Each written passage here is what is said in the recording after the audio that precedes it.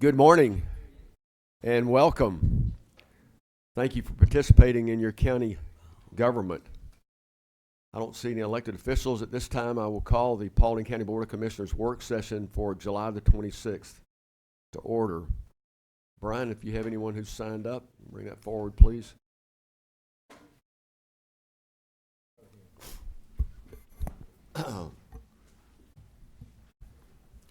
So I will call the... So he can, yeah, we have to do that first? so he can still have that. Okay, I in thought case we'd just somebody include was- that when we got to the new business like it's on the agenda. But, No. thanks for the correction. I will call the public hearing to order, and the first order of business there is our finance director, Tabitha Pollard, who is going to give us a briefing. Thank you, Tabitha.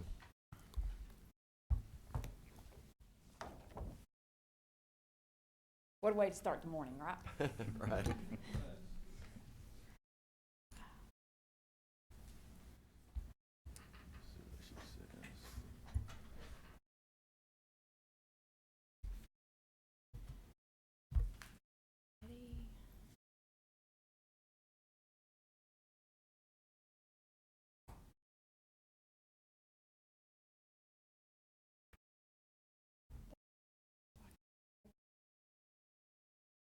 I got a little different screen than you do, so I'll use yours. Every year, this time of year, we have to do 3 public hearings if you are going to have a tax increase. And a tax increase, we'll get into the definition of that. It's made up of 2 different pieces. The idea is if the ending tax levy is going to be more than the previous year tax levy, then it qualifies as a tax increase. So that's what we're here today to do. We have advertised. We will have this public hearing. We will have a public hearing at 6 o'clock this evening, and we will have another public hearing at 9:30, I believe, on the 14th. And then we will adopt at 2 p.m. on the 14th. So in doing that, for those, most in the room probably already know, but definitions that you need to be aware of are assessed value. So our tax assessors goes out and gets a value of your home, fair market price. Taxes are assessed on 40% of that actual value. Your gross digest, which is the digest, 100% of the digest at 40% of that value, is what we're looking at today. The net tax digest is 40% minus exemptions. So those are your homestead exemptions. Those are your exemptions over 65. Whatever exemptions, they're different for each individual, depending on their specific circumstances. The millage rate is $1 per $1,000 of assessed value. So it's expressed in terms of thousands and times the assessed value. So if you have an increase to your assessed value, what the law says is you have to have a reduction in your millage rate to equal the same tax levy from reassessments as you had in the previous year. If you have a decrease in your assessed value and you increase your millage rate, you can't go over what your tax levy would have been for the year. So we've advertised a 5-year history. This gives you an idea of what's happened with the digest over the last 5 years. And at the bottom, it gives you the net tax increase. So for 2018, to the far right side, you'll see 2.5 million increase over previous year's net levy, or the total tax levy. The rollback rate. So as I mentioned before, you have 2 pieces: the assessed value, your millage rate. Your millage rate is we're required by the Taxpayer Bill of Rights to roll back that millage rate to something that would equal the tax levy for last year had reassessments not occurred. And that's your rollback rate. If you're going to impose anything above the rollback rate, you're required to hold these 3 public hearings, submit your advertise to the public, hold 3 public hearings in order to do that. We've also advertised, this was our advertisement for the notice of property tax increase. 6.93%, this is an amount to the total digest. So calculated at 6.5 would equal a 6.93. At 6.93% increase. Again, that's in total, so it may differ for each individual. And it discusses when and where our public hearings are going to be held. And it gives the value of what this means to the homeowner. So if you have a fair market value of $150,000, we'll go through a more detailed explanation in a moment, but $150,000 is approximately $25.26 annually.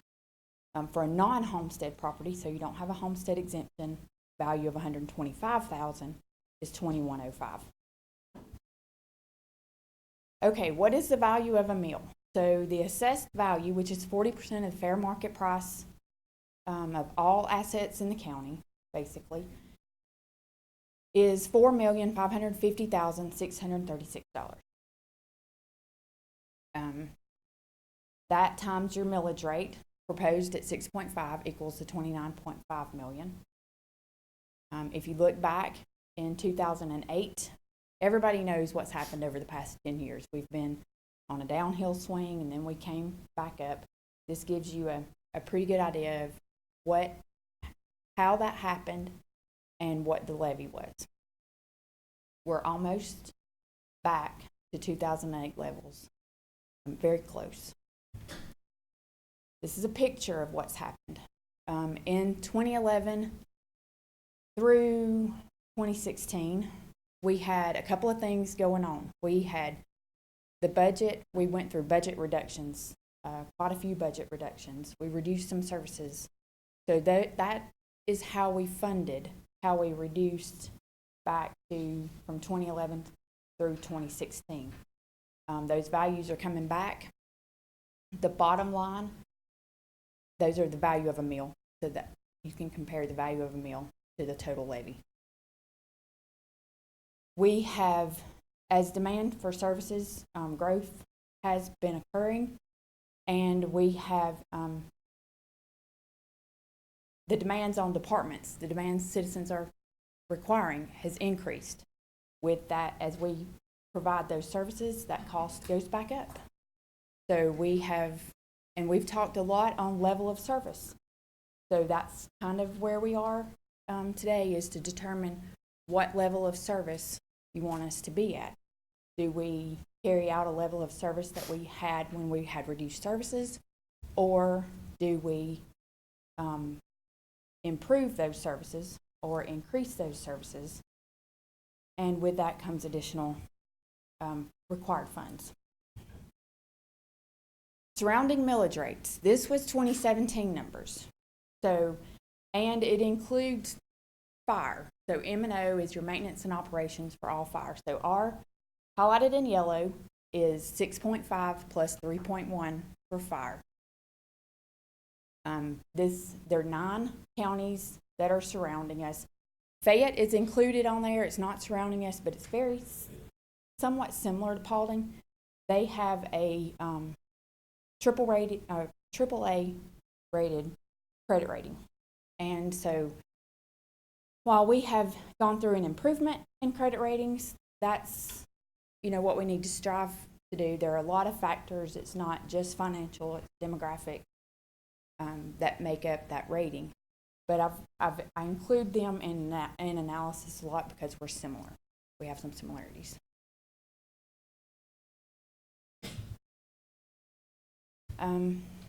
These are digests. So I took the same counties that I did millage rates for. I compared digest. So I took all the residential out, and if you'll see, Paulding County is 79% residential. We are the highest in any of the 9 counties. And for commercial and industrial, we are 12%, which is the lowest of any of the counties. Given sometimes percentages can be skewed, because if you have a smaller, a smaller digest, it may make a difference in how that percentage calculates, but it's just interesting to see where our money comes from. So what does this increase mean to the homeowner? I did the same comparison as the school board had done for this purposes so that our numbers would somewhat match. So I took a value of 2017 value of $169,000, and that increased to 182, which is roughly the 7%, or the it's about a 10% increase on average, and calculated that out so you could see what the M&O portion, the debt portion, the fire portion, and the school portion. The portion that this hearing is today is the $33.28, or $2.77 monthly. That's of an estimated total of $156.41.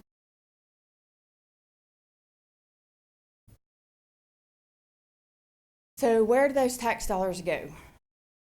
62 cents on a dollar goes to the school. 21 cents on a dollar is what we're looking at today. 7 cents on a dollar is used to pay debt, and 10 cents on a dollar is used to fund the fire department, fire operations. So of that maintenance and operations, so of that 21%, how does that break down? Well, that 21% of your tax bill makes up 40% of our budget. So about 40% of our budget's funded with property tax dollars, and public safety is 35%, and public works. Public safety includes your sheriff, your jail, your coroner, your marshal.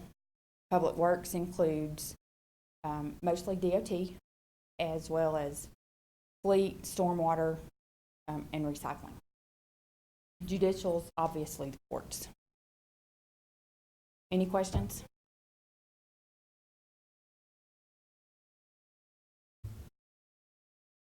And that concludes what I have, unless you have anything else. Questions, comments? Very good and clear presentation, Tabitha. Thank you, Much Tabitha. appreciated. Thank you. Thank you. At this time, I'll open it up to citizens wishing to speak on the millage rate. And if you want to just come forward to the podium and sign in.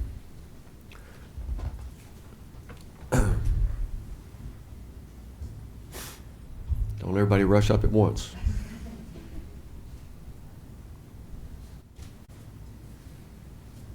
No one wishing to speak on the millage rate. Don't close it. Okay. I mean, we're here, right? That's right. We're here. Don't close it. If somebody's got something to say, this is what we're here for. So.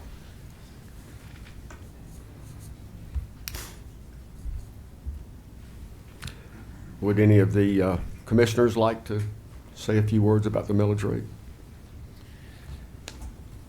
Would you mind to go back up there and put back up on this screen? Is that okay?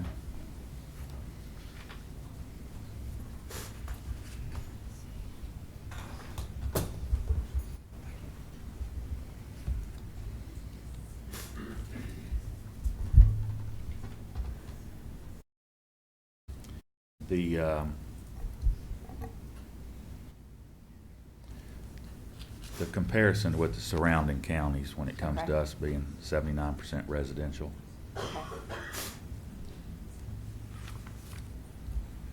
There was a time where we were in the top 10 fastest growing counties in the nation for quite a few years.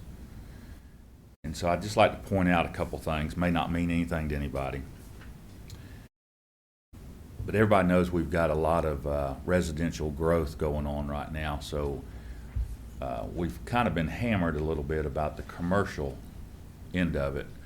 But if the residential growth that we have coming on right now is really strong, which it is, and everybody knows that, permanent department knows that, then that's going to force the other number down on the commercial growth down because the residential is growing so fast.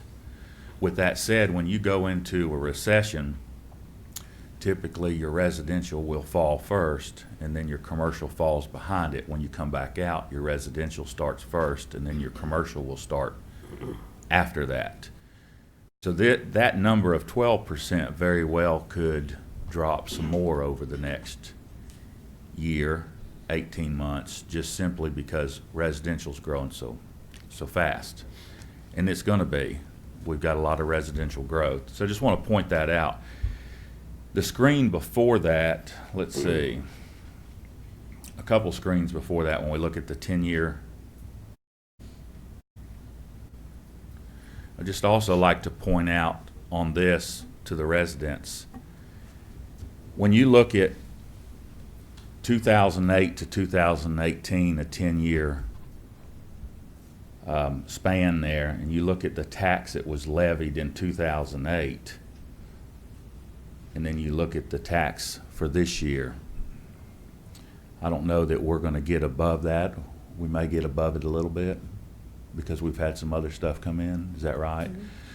But we're just now getting back to the 2008 levels. And the reason that I bring that up is in 2008 we had about 100, and my numbers may not be correct, 100% correct, we had about 130,000 people in 2008. So here we sit today, we've got 165,000 people or so, and that number may not be perfect, but we got 35,000 more people. There was a time that the school system was growing by a couple thousand kids a year, and then we went through the recession, we got down to 200 kids a year, 250 kids a year, and again, my numbers may not be perfect. And you look at the School Digest, at what they've done, and people say, well, they had more kids come in, you need more money, you need more services. Well, there's really no difference in what we've got here. And I just want the public to be aware of that we're bringing in money now that was what was being brought in 10 years ago. And we're trying to provide the same level of service. And there was quite a few years where we had to really cut to the bone. And you can do that so long. But then you get to a point where you've got to step it back up. You've got to put things in place that need to be put back in place, or you got to buy some new equipment that you've duct taped, super glued, and zip tied together. And that's where we're at now. So we can talk about this tax, 6.5, we can talk about rollback, but there's still a cost and a level of service. I have said for years, before we voted last year for the 6.5, that I truly believe there's a cost and a level of service that the citizens expect. And there's a cost of doing business. Now, I don't claim to have the answer that I know what that cost is. But if you look at the 10 years that's up there on the screen, and you look at the mill rate of 6.5, 6.65, 7.6, 7.6, 8.29, 8.22, 7.25, 6.528, and I'll just be real, I won't say anything about 2016.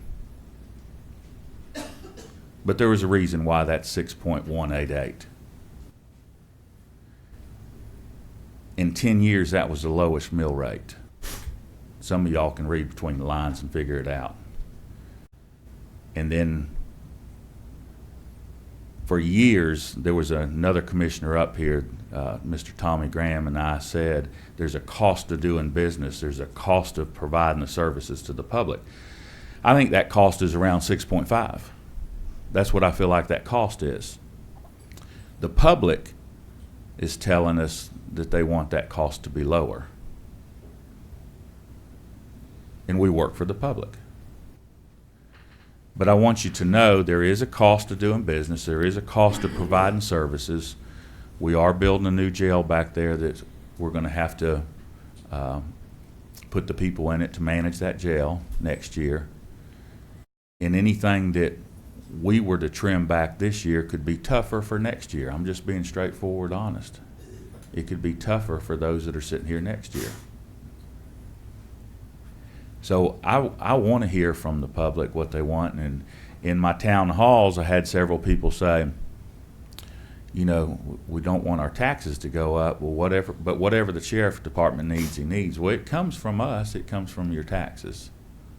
And so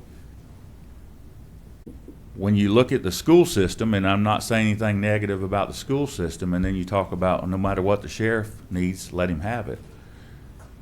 It still leaves a cost of something. I mean, we still have the cost of taking care of our roads, our DOT department. We still have the cost of taking care of the citizens here in this building that come in. We still have the cost of parks and recs.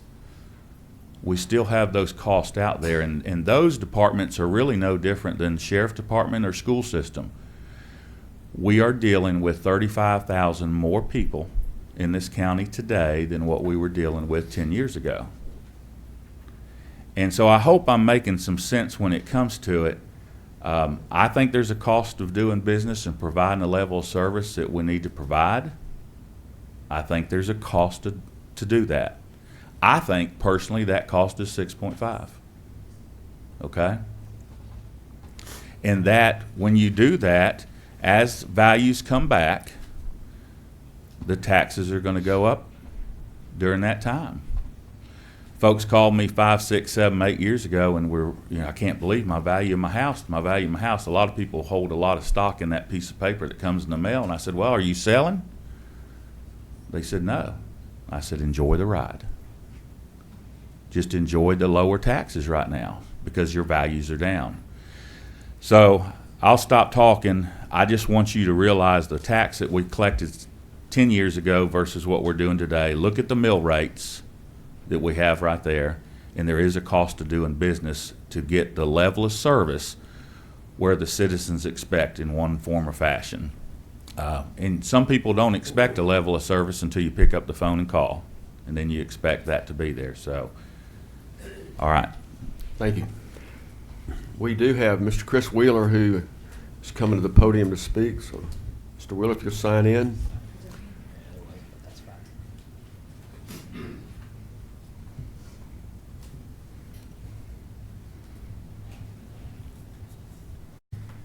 Yes, my name is Chris Wheeler, and Mr. Chairman, Post Commissioners, I want to say I really appreciate what you had to say, Mr. Pownall. You make a very good point that people ask for more services, some people ask for less services, and you've kind of made what I have to say fairly simple. I actually just saw an article this morning that was published that said, look, the rate of inflation is so high, salaries aren't keeping up. People don't have more money in their pockets. From 2008 to 2018, you say, yeah, we've increased the citizens of Paulding County by 35,000 people-ish. It's not working. Those 35,000 increased people, we're sitting here paying more out of our pocket. You would think that would come along and help with that. Like I said, I'll try to make this simple. I'm one of those people that kind of expects less government services. There's not a lot of increase coming along in the private sector for some of our salaries. We're making do. We're doing what we can.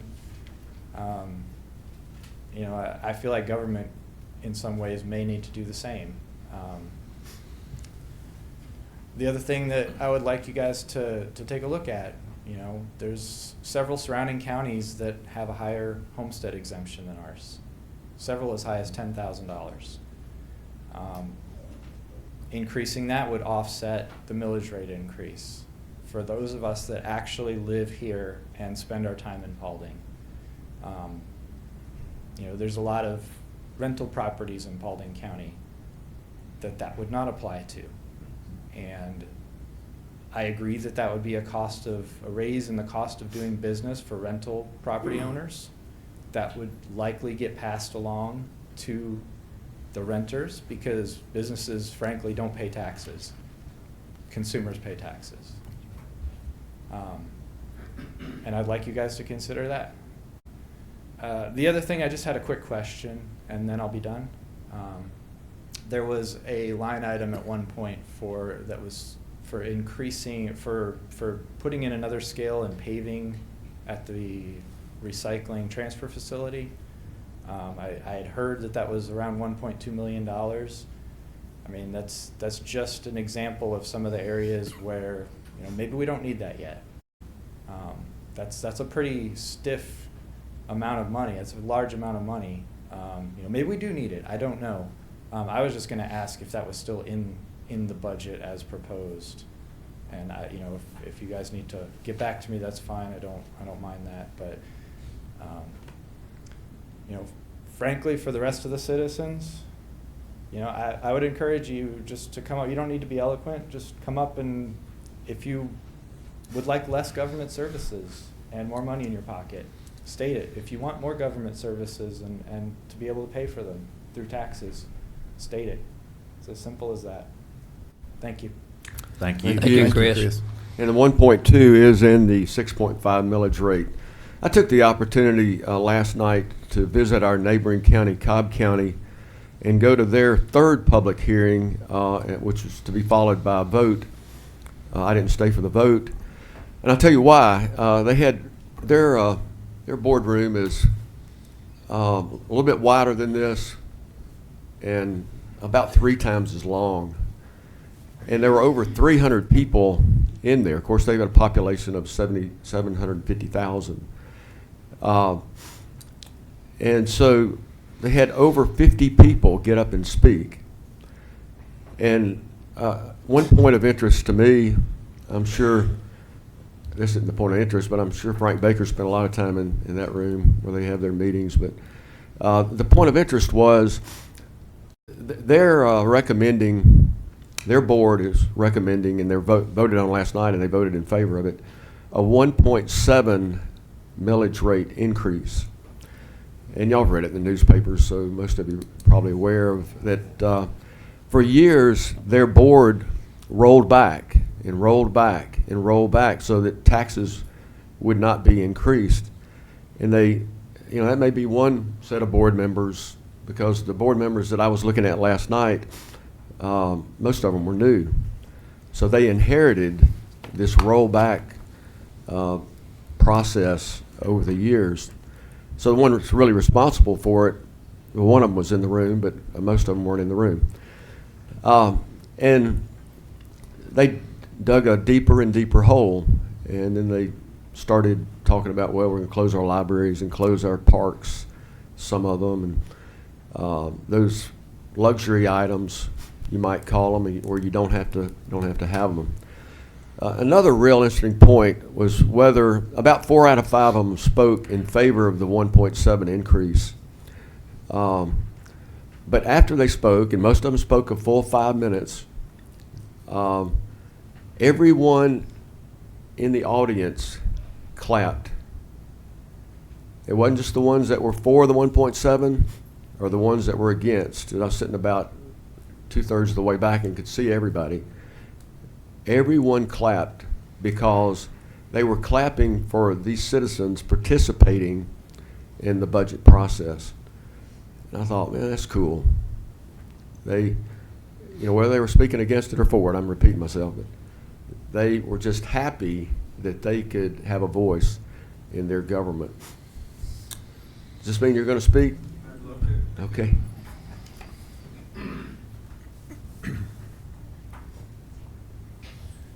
Good morning. My name is Joel Larkin, and I live in Post 2. I'm a Johnny-come-lately to Paulding County in the process of transferring from Cobb, and I've not studied the budget, so I don't have any general statements about it, but I do have an observation, and I just noticed this 2 days ago. The property at the corner next to Martin's, I saw a great big sign, said future home of Paulding Water and Sewer, and that struck me. I don't know the story behind that. But it seemed to me that might have been an ill-advised opinion. And again, I don't have the background, but I saw 2 problems with that. and I'm sure it's got a big number in the budget somewhere. Number one, we're taking what, moving forward, is probably one of the best pieces of commercial property along there, and we're taking it off the tax rolls. I mean, that's probably a future Chick-fil-A or some very good tax-paying business, and I see the county taking it. It would seem to me that if the county needed to move water and sewer, and that's a second concern I have, that maybe they should have looked like Cobb County did over the years, where they looked for abandoned shopping centers kind of off the way in places where they could have a halo effect and be a positive force. And there's plenty of places in Dallas that, you know, abandoned buildings that probably aren't going to be good commercial buildings moving forward that might have been worth considering. And I'm sure it's too late to rethink this corner, but moving forward, I think more thought might have been given to that. And maybe that was given to the county, I don't know. Second, I'm concerned about the decentralization. I think a move was made to centralize the county in this great big new building, and I'm not sure why we're reversing that. You know, right now people can come to one place and do a lot of things, and now they've got to go to different places. So I just make that point that maybe moving forward, might want to consider what properties we're taking off the tax roll and what impact choosing other properties could have. Thank you. Thank you. Thank you. Thank you. I'd like to answer just a couple of those, just a couple, and some other folks may have a couple different opinions or different answers to that. We had a water department out on Bill Cruz Parkway that we decided to change that over and bring the Georgia State Patrol in, and I think that was a good decision to do that because we were able to bring Georgia State Patrol inside our county, which helps us out and helps protect the citizens, helps the sheriff's department, and they're right here with us.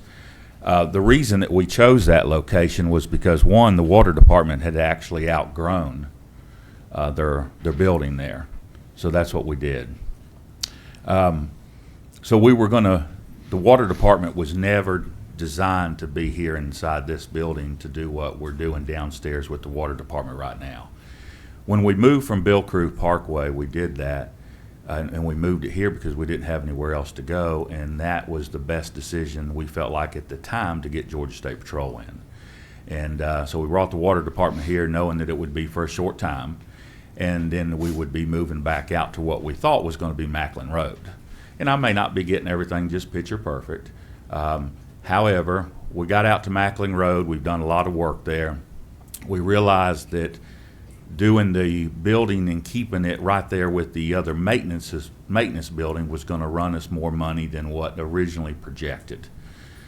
So we were looking around at different sites. That building actually was on the market for a long time. A lot of different people could have purchased that building, and I agree there's a lot of truth to what was just said, Joel, what you just said as far as taking it off the tax digest. But it's a great central location for the water department. One of the #1 complaints we have is we don't have a drive-through. I know some of y'all that do everything online have a hard time saying, well, why do you need a drive-through for water bills? But the fact of the matter is, high demand for a drive-through for water bills. That bank piece of property had that, and we looked at that. We looked at the cost savings it was going to be. And again, disclaimer, my numbers may not be perfect. Taxes being paid on that building, just like old shopping center somewhere that may be defunct, somebody's still paying taxes on it. Taxes being paid on that building, I don't know, roughly $20,000 a year. Figured that our difference in our savings that we're going to make was going to take 50 years to recoup the difference that it was going to make, and we made that decision. Not everybody agrees with that on the board, but the board decided to do that and move forward. So that's really the story, Joel, about, hey, we moved from Bill Cruz Parkway to give the Georgia State Patrol here, which I think was a great decision. And we are here temporary inside this building with the water department, and the plan was to be moving out and find another location. Our #1 plan didn't work out that way, so here we are. But I'll stop. I think I covered it pretty decent, Lori. I think you covered all the major points. Okay. See another citizen walking forward.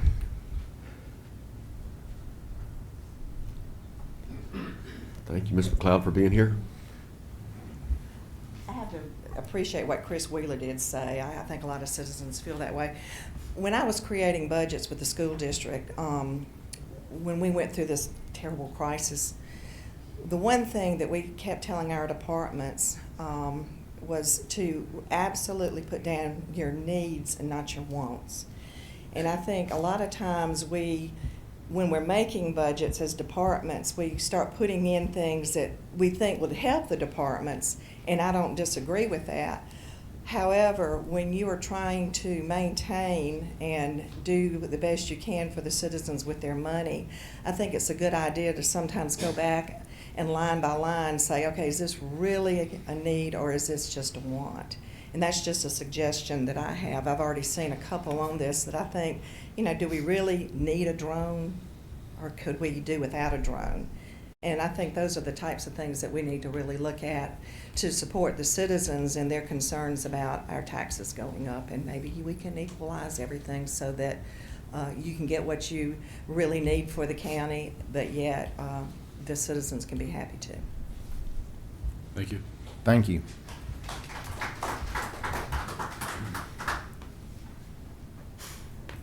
Anyone else?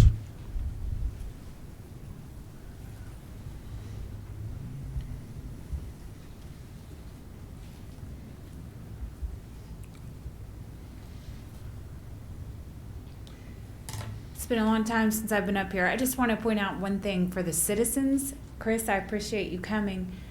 Anybody that has questions about the budget should try to come to Tabitha's workshop that she does once a year, where she comes and she fills this room up with tables and laptops and all the department heads, and you can ask all the questions you want to of any department head, and they can explain everything about their budget items, what they want in their budget. She sets up a table specifically for citizens. This year I was the only citizen that came to that workshop. So they do give you opportunities to ask those questions and to justify what it is that they're asking for. So next year, hopefully they'll get it advertised in time and you guys can come to that and interact with some of the department heads and some of the people in the county so they can explain what it is they need the things for. That's all. Thank you. Thank you.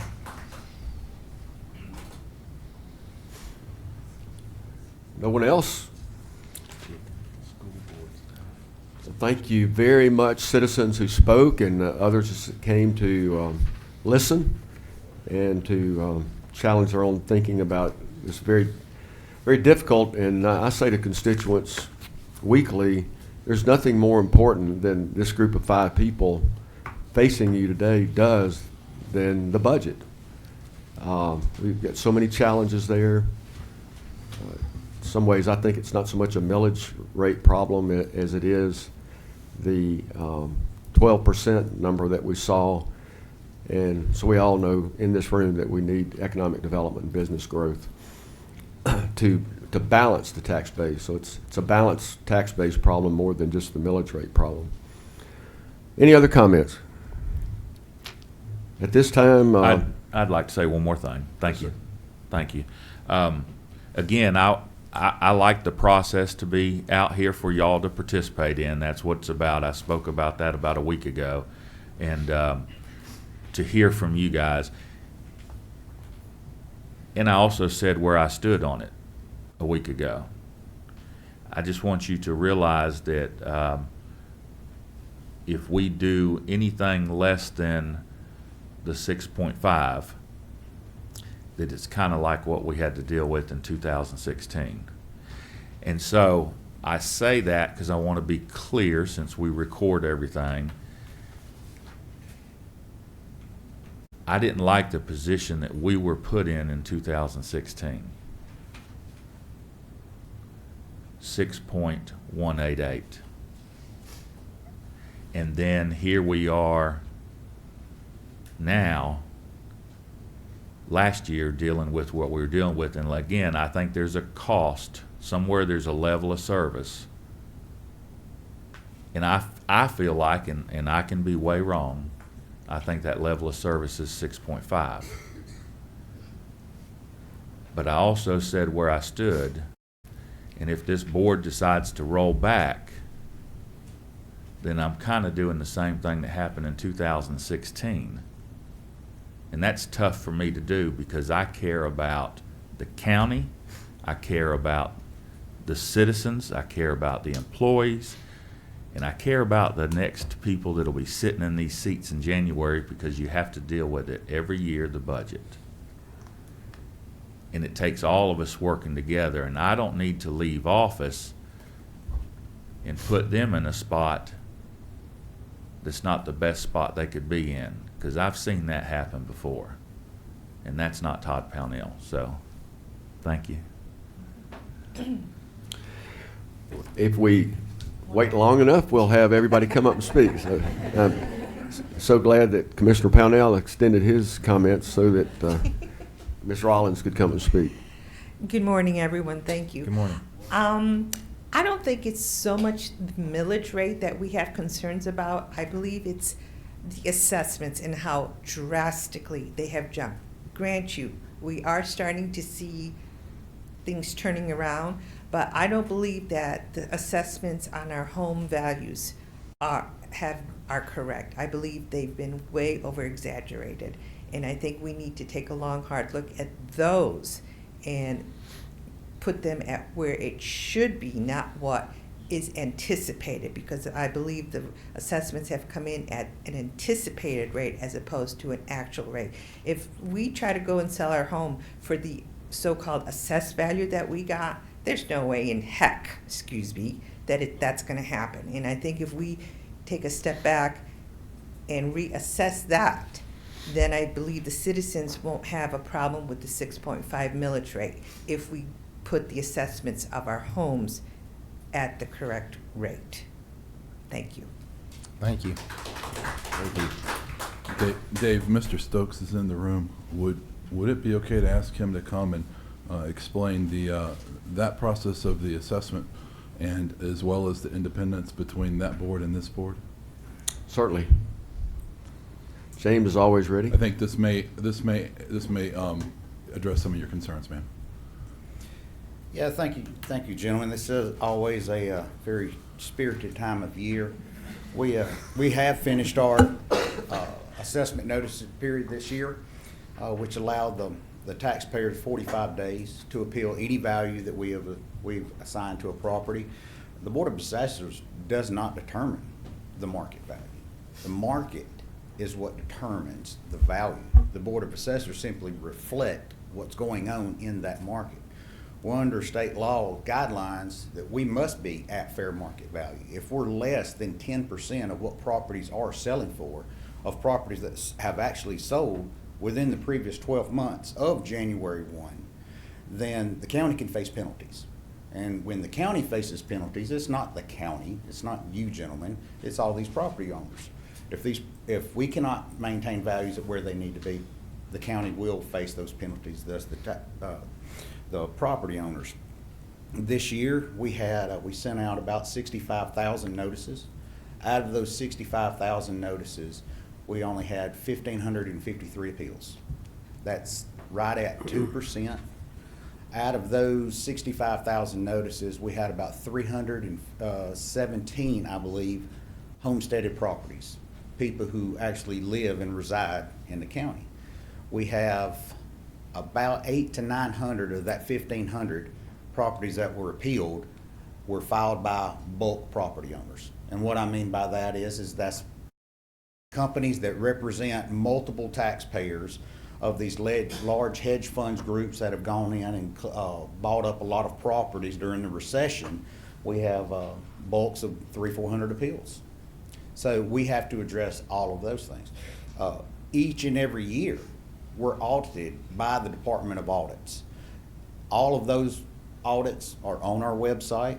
Every 3 years, we're audited by the Department of Revenue. They come in and turn over every sheet of paper, go through all of our training records, go through every one of our minutes, look at all of our sales. So this is not only do we have to justify our value, improve our value to each and every citizen within Paulding County, we have Big Brother, being the Department of Audits, and the Department of Revenue also giving that outside look into our office. And I'm glad to say that since I've been associated with the assessor's office in 22 years. We have never failed that responsibility.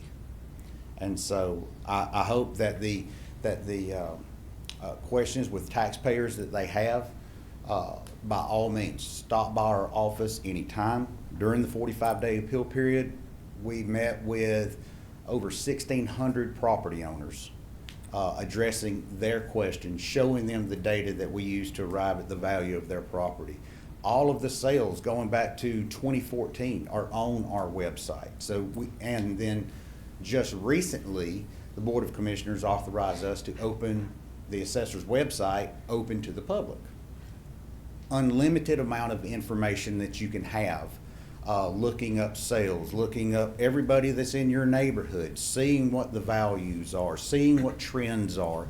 And and if you have questions about that, by all means, we want anybody and everybody that has a question about their property to have it addressed and at least us explain it. We may not come to an agreement, but at least we had the opportunity to sit down and show these people what we are looking at, because these are not hypothetical numbers we're grabbing out of the air. Thank you. All right, thanks. Thank you. Thank you very much. Good explanation.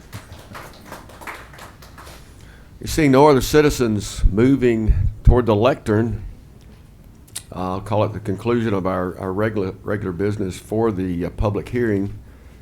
And we will just roll right in to the work session. So I will now. Dave. Oh. Rebecca needs to get the agendas out. Also, Dave, the marshal had brought up the sign-in sheet, and our ordinance allows sign up 10 minutes before the meeting starts. So if we could get, I know a lot of people have come in the room since we started the hearing. If anybody has a desire to sign up to speak on agenda items for the work session, we need to make sure they have an opportunity to do so.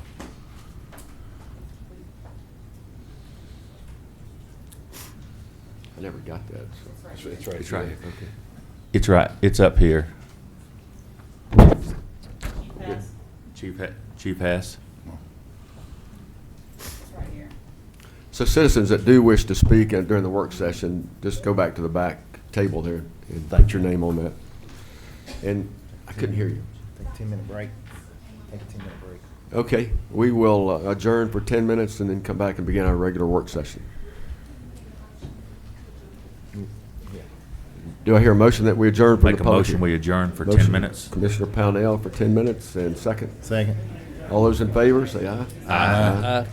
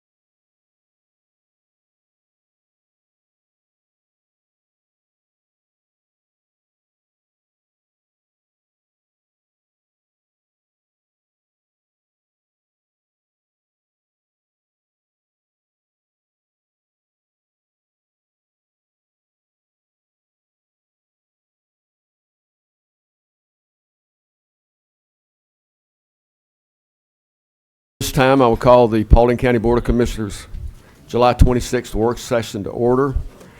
And we're very privileged today to have Pastor Kevin Beeman from Christian Alliance of Pastors and also the senior pastor of Word of Faith Community Church to bring us our invocation and our pledge to the flag. Please stand if you're able. Let us pray. Father God, we come before you with bowed heads for our reverence for you, Father God. We thank you for all you do in our lives, Lord God. Please look down at this county, Lord God. Help the decision makers to make the right decisions, Lord God. They have our future in mind, Lord God. You said there's a multitude of counselors that can provide the best advice. So we provide them. We thank you, Lord, for your governance. We thank you for your grace, mercy, and love. And we thank you for all things, including our health here today, the fact that we are actually here today. In Jesus' name we thank you and pray. Amen. Amen. I pledge of allegiance to the flag of the United States of America and to the republic for which it stands, one nation, under God, indivisible, with liberty and justice for all. Thanks so much, Pastor Beeman. We appreciate you so much.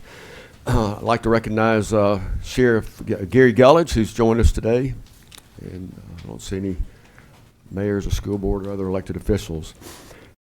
We have minutes, the July 10th, 2018 work session minutes and the July 10th, 2018 board meeting minutes are available for your review. Under our Positively Paulding segment today, we had an exciting thing going on last. Enjoy the video.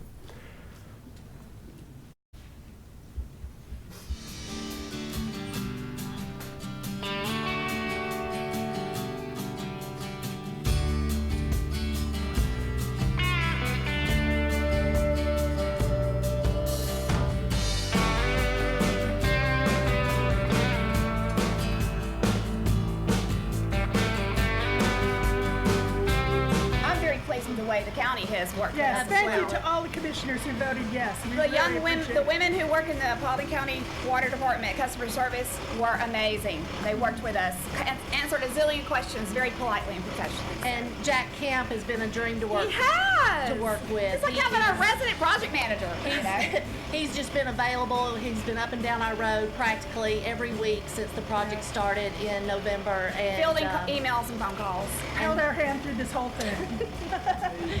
We have water on Overlook Trail. It's something the entire Board of Commissioners has been looking forward to for several months. You know, what's more important than water to your home? You can look for gold, you can look for silver, but we can't do without water. And these people out here have been very patient in waiting for good, dependable water service, and we're glad that they have it today. So I'll just say hallelujah. Lori has been very instrumental in appropriating the money, getting the money here. I don't know how she got it, but thank you, Lori, for that. But Miss Wages is one that initially got me started looking at water, and then I got a notification out here that the folks needed water. But I wanted it for my road. But when she found out that other people needed it worse than her, she was gracious enough to say, go ahead. So a special thank you to her. Lori, thank you more than you know, and I know the people out here at Overlook. Thank you, Lori. We've got places all over the county that need this, and hopefully we've got more of these ribbon cuttings and these kind of days that are going to be coming soon. Great. Folks that need water. So, thank you, Lori. Thank you so much. Thank the Board of Commissioners and the citizens. 3, 2, 1.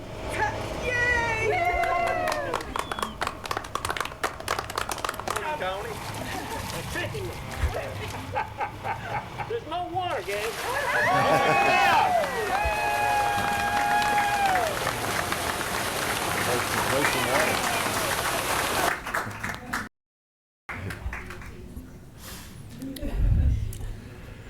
That's fun. The Board of Commissioners would like to present the Public Safety Appreciation Award to Lisa Paris from Paulding County E911 Center. And Mr. David Mumford's going to help us with that presentation.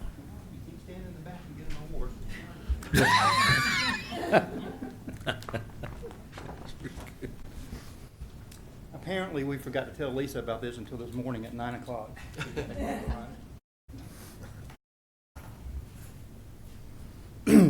Very excited to be here this morning to present this award to one of our outstanding employees at the 911 Center, Lisa Paris. So Lisa comes from a very long line of public safety. Her parents are in the back. Her dad works for the Sheriff's Department. Her mom works for the county. Her husband works for Dallas PD, right? Yeah. So it's in her blood. And so she came to work for us in April of 2013 and was promoted to the rank of Lead Communications Officer in 2016. And she demonstrates a strong knowledge of policy and procedure, as well as she has a skill to teach this to new employees, and that's part of her job as a lead, as a trainer and an assistant supervisor. She's been instrumental in developing trainees into fully trained and skilled communications officers. In addition to training new employees, she provides continued training for employees that are existing employees on our policies and procedures, which are ever changing as we try to meet standards. Lisa helps to train and keep our folks up to date on this stuff. She's distinguished herself through her willingness to take on additional assignments. She's worked for our tactical dispatch team, and she assists with classroom training during her normally scheduled off days. She'll come in and help with that. She's got a vested interest in improving the morale at the 911 Center and helping create the most positive work environment in a very stressful situation, very stressful work environment that we have. She's really good at keeping her shift upbeat. She works to create new ways to recognize her coworkers for their accomplishments by showcasing their positive performance. And this recognition and encouragement has improved the employee engagement and morale on her shift, which has resulted in even higher standards of performance. On a personal note, you know you're getting old, or at least aging, I don't say old yet, when you hire someone and bring them in that played middle school soccer with your daughter.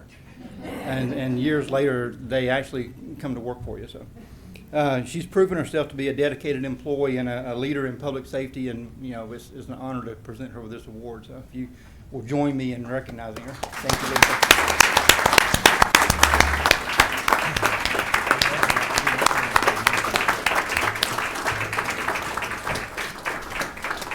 While we're setting up for the picture, I'd like to read the Public Safety Appreciation Award words here.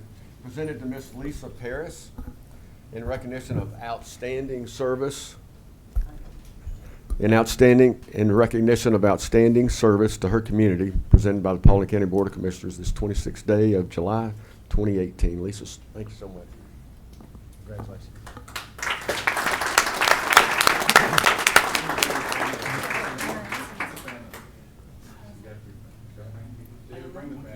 Can the family come up to the front?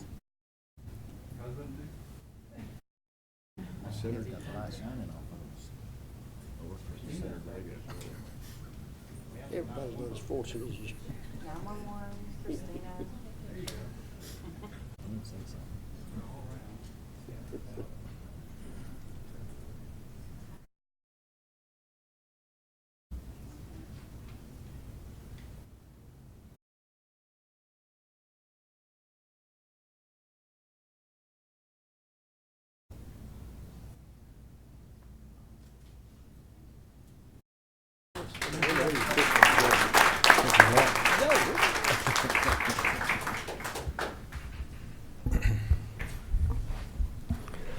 We have no invited guests this morning. Under bid awards, discuss action to award the Greenfield Road utility relocation to the lowest responsible bidder, Wade Coots Company Incorporated, in the amount of $296,335. Ms. Pollard.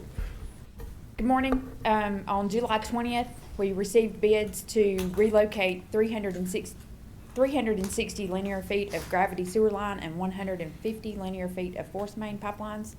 This is in advance of Paulding DOT's Greenfield Road widening, and this was the second time we bid this project. We bid it the first time and did not receive a bid from a qualified vendor, contractor.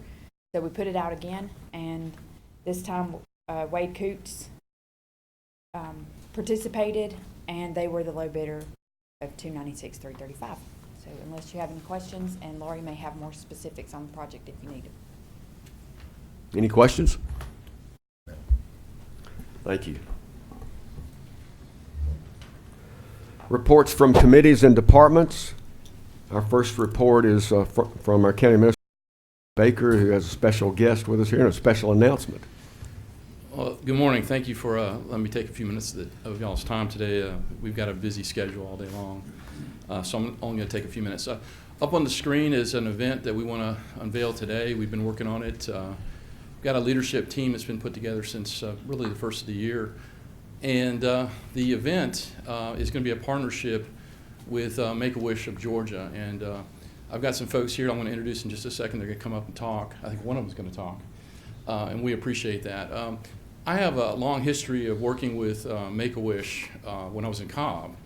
And I thought, wow, I'd love to be able to bring that out here and also to incorporate what is one of our greatest things, and that's the Silver Comet Trail.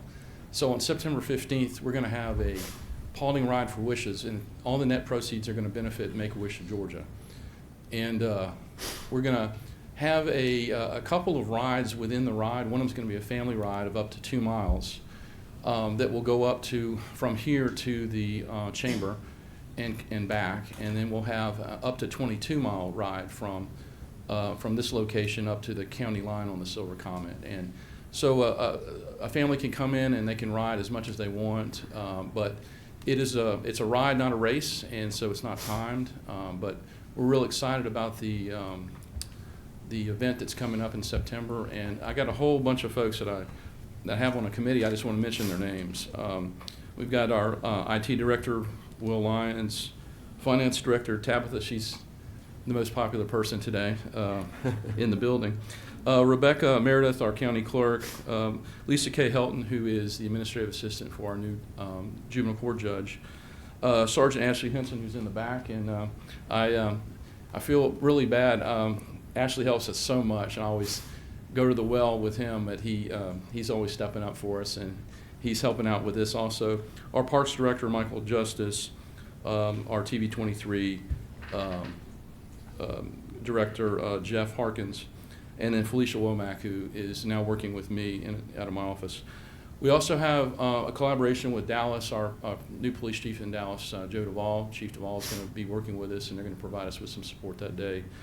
And Stacy Hamby from the Chamber is also on our committee. And finally, the co-owners, Ira and Mike at Psychology Bike Shop in Hiram have joined us to help us. They have a lot of experience with rides on the Silver Comet and working in that industry, and they've been real helpful in helping us put this thing together. So at this point, I'd like to introduce a couple of people from Make-A-Wish Georgia. We've got Tim Early, the CEO for Make-A-Wish Georgia, and Jaylee Welsh, the community events manager. And so I think Tim's going to come up and speak just a minute. Thank you, Frank. Good morning. I wanted to be here this morning, first and foremost, just to say thank you to Paulding County for agreeing and deciding to put on the Rides for Wishes to benefit Make-A-Wish Georgia. Probably everyone in this room has heard of Make-A-Wish. You may know a little bit about what it is that we do. What I suspect many of you do not know is that while we're part of a wonderful national organization, Make-A-Wish Georgia is in fact its own 501c3. We are a local nonprofit. All of the money that's raised in Georgia stays in Georgia. It goes for granting wishes just for kids in Georgia. Throughout this state, we have quite a backlog of wishes. We have more than 800 kids that are waiting for their wishes to be granted. We have 14 in Paulding County. And when you have a chance to meet any of our wish families, see some of our stories, experience a little bit of that magic, you start to realize just how important and how powerful that is. In fact, there's medical research that's being conducted today that starts to look at the impact that a wish experience has on not just feelings, but on actual medical outcomes. So we're excited for that research to be released hopefully very soon. But in my couple of years with the chapter and in granting wishes, I can tell you that there is one key ingredient in this special magic that we do, and that's community. If you look across every single wish that we've granted, at some point, in some way, it has been a community that comes together and makes it happen for their children and for their families. And that's exactly what this ride will do. And so I thank you guys for thinking of us and for Frank's enthusiasm around this. We had a great meeting this morning. we're very excited about it, and we're excited to be granting wishes for some of the kids right here in Paulding County. Thank you guys very much. Thank you.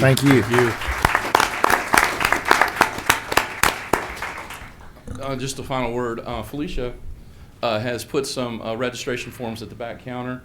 If anybody's interested, also the information about how to access the website and register online. So we're asking folks to come out and ride with us, and we're also asking folks to sponsor. And so we have 4 sponsorship levels, and that information is also online and in the back. So I'll entertain any questions if the board has any.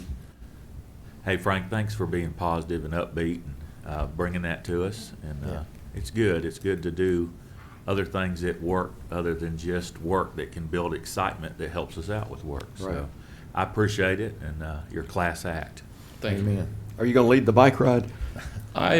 He's got his running shoes on. We're not riding bikes. You're running. No, As y'all know, I ride all the time. I would love to ride, but I think I'm going to be helping Sergeant Henson a lot that morning. He's agreed to be our MC that morning for a ceremony that we're going to do, so I'll probably be helping him. But so if anybody wants to ride my bike, it's available, and I'll be happy to loan it out. So thank you very much. Thank you, Frank. Thank you, Frank.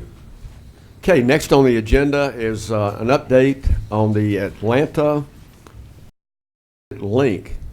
And I was able to go to a 2-hour meeting yesterday morning where there were over 150 people in the Deloitte building downtown Atlanta. I always love going down there, but I don't have these for everybody yet, but I'll have them next meeting. This was really the first inaugural get-together by a staff member with the Atlanta Region Transit Link. Mr. Chris Tomlinson's an attorney. We won't hold that against him, Joel. And he's on the staff, and he gave us a brief that's going to get the ball rolling for this effort around the regional area. And that was the key thing that was pointed out. This is going to be regional, and I'm just glad that we're able to be a part of it.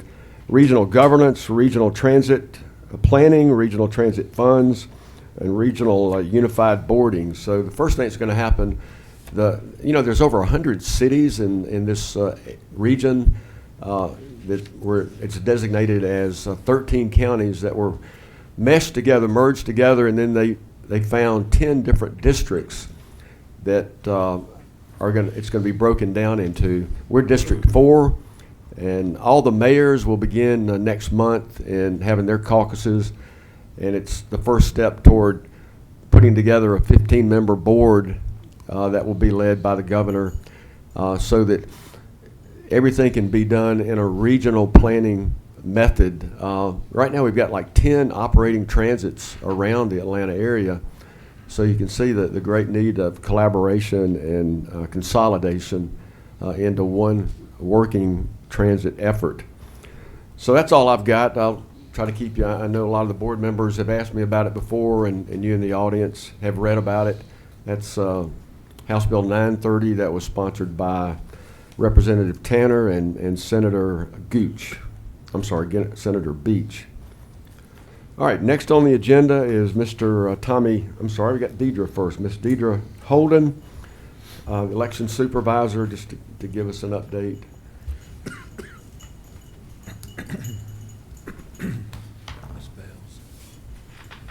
Good morning. Good morning. Thank you for the opportunity to speak.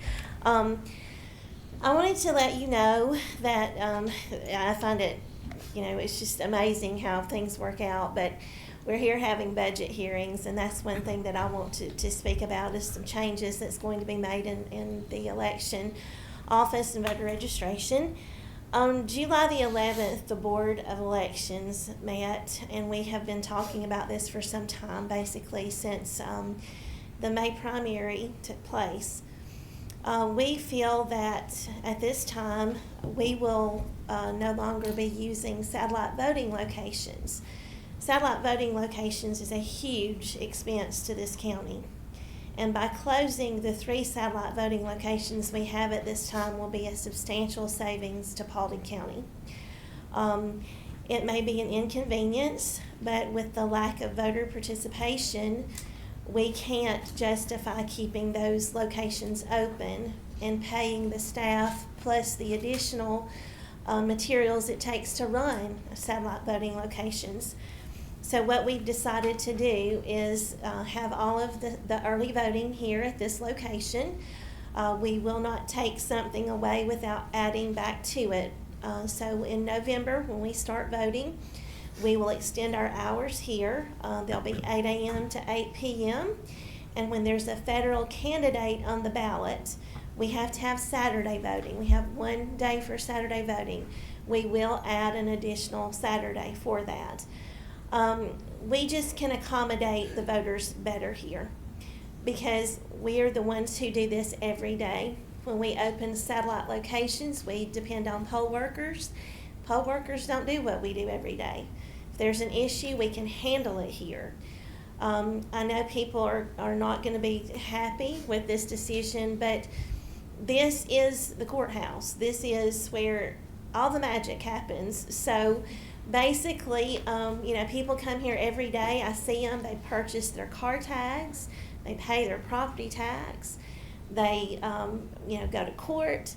So we just felt like that this would be in the best interest of the taxpayer because we want to be very frugal with our money. We want to be able to, by giving back, we can add to our services. I know that Sheriff Gulledge needs more deputies. I know that Joey needs more firefighters. So if we can help in that in any way, that's what we're always going to try to do. So I wanted to just let you know that our board unanimously voted to close these locations and that we will move forward. It will be handled with integrity. It will be handled in the way we always have handled it with the voters' interest in mind. And we will have a lot of people here come November, but we are prepared for that. And just looking forward to see what happens with this. So I just would ask for your support and that you would just encourage people, of course, always to get out and vote and just be there for us and help us. I can't say, we could not have gotten through this election Tuesday without the departments in this county, without the people that reaches out to help us. My staff can't do it all by ourselves. It takes a group effort. I love to hear Frank say we are Team Paulding because that's what we are and that's what we will continue to be. So just wanted to brief you on that, and if you have any questions, please ask me. Wanted to just let you know what was going on and keep you in the loop with how things are working. Deidre, I don't have any questions, but I want you to know that I'm in full agreement with what you're doing, and you are looking out for the county. And to bring all the early voting here, I think is a right decision, and I appreciate all that you do. Thank you. Thank you. I agree. Thank you, Deidre. Thank you. I did a marvelous job. Thank you. I appreciate I agree.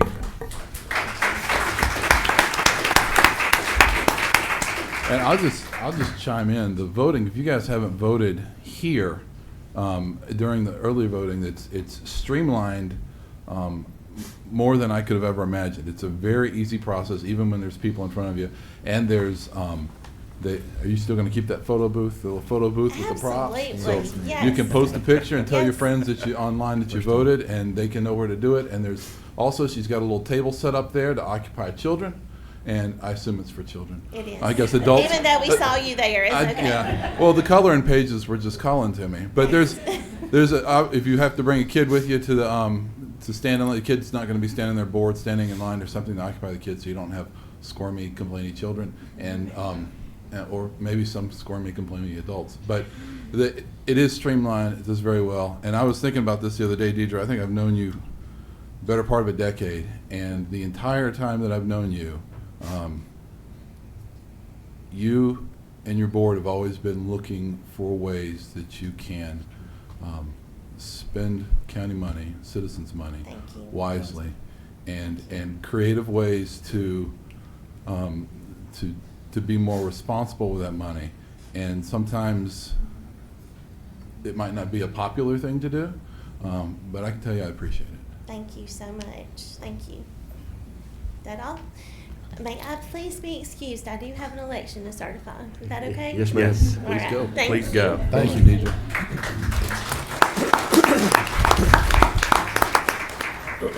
Unless any of the board members have a problem with my asking Mr. Johnson, who I know he's got a lot to do also with comprehensive program services, I would ask him to come up before our other reports. Okay, everybody That's good okay. with that? I'm good. Okay. Eric, thank you. And Brian, would you bring that list forward while he's coming up? Yeah, we're just glad Eric showed up. Yeah.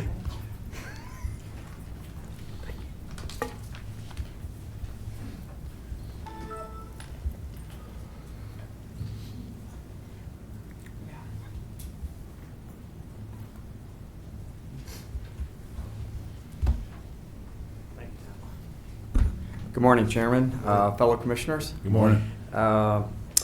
Here to give the monthly update to the jail project. There's some slides in the back, but we're probably not going to be providing any more pictures other than elevations, because you can just look out the second floor back there and get a bird's eye view. We also have a camera that's out there that's on the jail website too, which we'll cover in the presentation as well. So let's get started. Budget, always the first thing we talk about. Nothing significant has changed with the budget since the GMP, other than the negotiations for sewer service with the city of Dallas.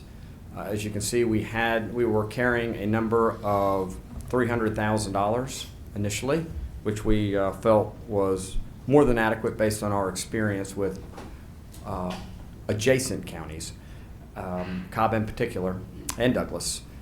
But this came in about $550,000 more than we had budgeted. Those funds came from the owner's contingency, which you will see there, which has dropped that to the owner's contingency to $950,000. We had a discussion today at the jail with the chief. What we did in the relative to is the owner contingency enough for the rest of the project? And I want to address that real quick. As you see out there, we got a lot of site work going on. Currently, we have not hit any rock, knock on wood, and the biggest risk to this project, as I've always stated, was getting out of the ground. Within the next 2 to 3 months, we should have the foundations in and be in pretty good shape relative to the unforeseen risks that we've always talked about. Provided we get through that, I think we should be, the 950 should be more than adequate, and we don't foresee any rock. We did a lot of investigative stuff, some ground penetrating radar, which isn't perfect, but it's fairly significant. And we did that, as you remember, to try to establish the right grade, finished floor elevation for that courthouse. We've worked with Scott and Bruce Coyle on the dirt issue, on trees, City of Dallas on the architectural review. So all of that is being contemplated correctly, or currently. Having said that, we also, as you can see at the bottom, inside the GMP of $60,100,000, we had what was labeled as construction contingency. What that is that's a line item within Turner Construction's guaranteed maximum price for not so much unforeseen conditions inside their GMP, but things that just weren't totally clear on the drawings that we have set aside inside theirs. That we manage on a daily basis with them. If there's something that hits that construction contingency, we talk about it and we deal with it. But as you can see, in the GMP, we have $1 million. In the GMP, the budget was $1,362,212, and as you can see, the construction contingency has actually increased. And that is your money inside their guaranteed maximum price. The contract provides that they can allocate that as they feel necessary, but we've worked with Turner for a very long time, and we sit down and talk about anything that hits this job as it relates to any sort of change. So that's very positive. So between the two, we're at almost $2.5 million worth of contingency on the project. So again, let us get out of the site work, get the foundations in by the end of October. At that time, probably the meeting in October, I'll be able to update you on the risks still to the county as it relates to that owner's contingency. So, Any questions, concerns? On the budget, I know I kind of went through that pretty quickly and I got in the weeds a little bit, but I thought it was important that you guys kind of understood. If I were sitting up there, that number has come down significantly. Watch that. We watch that number and we manage your risk based on all of our experiences. So I wanted to express that to you all. And we talk about that with the sheriff's office as well. One other thing, if you remember in the GMP we had, initially we were talking about keeping the GMP lower and having alternates to put back in the job at certain times in the construction those funding would be coming out of the owner contingency.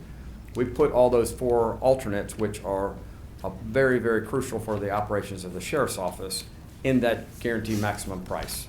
So, and we're reviewing to make sure that those alternates that were put in clearly do meet the needs of the sheriff's office long term. So we talked about that this morning as well. So we'll be covering that as well. So, okay. Steps completed. We're on board. Wakefield Beasley, we have Karen Sickner and Steve Philippi who are here representing Wakefield Beasley. We're in a meeting this morning. Construction manager at risk on board, Tim Collins and Lance Painter. And the nice thing is all of these folks on this team, oops, hit a page, but all the folks on this team that are working out there have been on this job from a very high level since day one. And they're still all involved with this project. So all the decisions that were made from a year ago, the same people who made them for their firms are actually still working on this job, and they're sitting in the audience today. So, award approval letters. We have awarded, and I'm jumping ahead a little bit, but we have awarded roughly, through approval letters, what happens is, so Turner Construction, they put this stuff out to bid, and we all go through the scopes and the budgets, and Turner provides an approval letter to Comprehensive Program Services. Actually comes across my desk. We look through it, make sure we understand it, what the holds are. We go through the whole thing, and we move forward, allow them to execute a contract. It's a formality. It's not a legal thing, but it's just how this team works together. And with that, they've awarded, I think, $44 million worth of the $50 million worth of contracts out there as of today. And these are just a couple of them that we've awarded. That's kind of where we are from a contractor award perspective. We'll talk about the subcontractor level of awards here shortly. As you can see, the construction progress, local participation. I don't know, I guess my slides are different in here, but which is actually nicer. So local participation, right now currently is at 20.26%, and that is of the $44 million that has been awarded. Inside that $44 million, Turner is still working inside with those contractors and how they're subcontracting some of that work and below that. So we are anticipating that 20.26% number to go up, and we're still trying to get to that 25% number. So as it stands right now, it's 20.26, like we've said before, but we're working every day. It's suppliers, it's a lot of other things that we're trying to get, and I mean, we're beating the bushes every single day. And if there's anybody who still wants to get involved from a local participation standpoint, they can call me, as always, or anybody on the whole team to try to get them involved. Okay, the sheriff brought one up to me the other day. We got with them, and how it works out, we'll let you know. But we take any calls. So, as you can see, the project progress out there. All the trees are complete. Grinding of trees are underway. Installation, all the erosion controls up. We've been coordinating with DDS. Apparently, they are having some drive testing going on, and it was kind of conflicting with some of the drivers who were doing their tests. So we came back early one morning at 5 a.m. to install all the erosion control fence, which is actually right up on their curb line. So we're working with DDS, Georgia Power, everybody involved who's impacting the site. Local participation. Schedule. So GMP was May 24th, land disturbance 7/10, construction we started a month later than we had stated from the very beginning. We worked through a lot of meetings. We we were able to get the permit with the city of Dallas. You'll see a date up there of January 9th, 2020 for substantial completion. The original date we were looking for was October 24th, 2019. These dates have just kind of come up, but I want you to see them because if anything is printed out there, that's the date that's up. We're working with Turner and Wakefield Beasley, and we're trying to better those dates. There's some supplier issues, but we're on it and we'll have a better idea. These are just some of the figures that came back from the contractors from their latest approval letters. But I wanted to give you the latest and greatest, but we think we can achieve an earlier substantial completion date of January 9th of 2020. And final completion is just when punch list stuff's done, everything else, but the sheriff's office would be able to take occupancy around that substantial completion date if they would. But prior to that, they do a lot of training and everything else inside the facility. So, and that's kind of it in a nutshell. So I'll be glad to answer any questions or concerns. We are using Metromont out of Hiram for a lot of it too, correct? We are. Yes. And that's an issue we've been dealing with. Scott and Bruce have been on the forefront of that over at their. That's been a very, very, very detailed process and working with the city of Dallas, how it's going to look. Precast, the more you pretty it up, I mean, the cost just is exponentially more. Can have an impact on the footings. So the city of Dallas, I mean, it could have been a significant issue, but we don't think it's going to be, and it has not been approved by the city of Dallas yet. But we have, we feel good that it will be. So, but yes, Metromont is the precast subcontractor or contractor on this project. And as you see, that's the jail website, and that's the picture from the top of the courthouse. So you feel okay with the 950,000? $1.5 million is a lot better. I guess what I would yes, in that we haven't hit. We haven't hit any. The only thing is this: there is potential for rock. Okay, and as you know, I stood up here and told you about the rock over in at the training center. But fortunately, we have it's a cut site now. And that big hole that I had to dig back there to fill up the firing range because there was rock down there. A lot of this dirt is going over there, which is right down the road. We're going to fill that, and we're working with Bruce and Scott with DOT to be able to have another area for the sheriff's office to work back there too. But to answer your question, I'll feel a lot better at the end of October. I worry about whether I'm worried about the right stuff. So. I'm probably not the right guy to ask, but I think so. I do. I don't think if we hit any rock, it'll be on that one knoll that you see on the left side of the site. If you're looking out the back window, there's a lot of fill, a lot of topsoil. There's 2 to 3 foot of topsoil back there. It's unbelievable.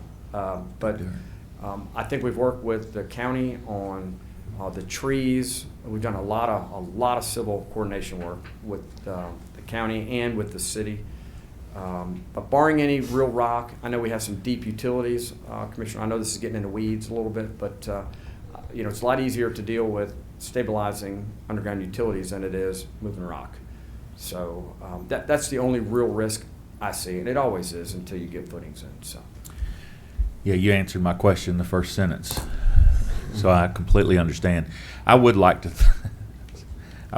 thank Scott Green. He and Bruce Coyle, but they've done a lot of work working with you guys, Frank and the city of Dallas. But we've done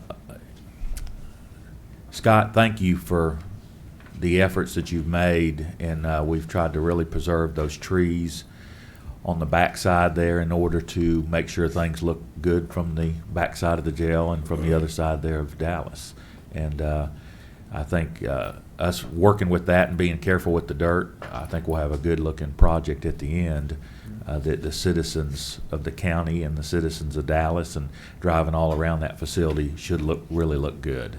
And so watch those trees. Yes, sir. Watch those trees. They're marked. I know they are. By the now. way, just because they're marked does not mean that they're coming down. Okay, I get that question a lot. Right. So yeah, so I appreciate it, and Scott, thank you so much, because I know that's been a job, and anyway, move forward. Yes, and we concur. Thank you, Scott and Bruce. They've been great to work with through this whole thing, particularly with the city of Dallas and Metromont. So, good deal. Thanks so much, Eric. Thank you. Yes, sir. Thanks, Eric. Thank you. So,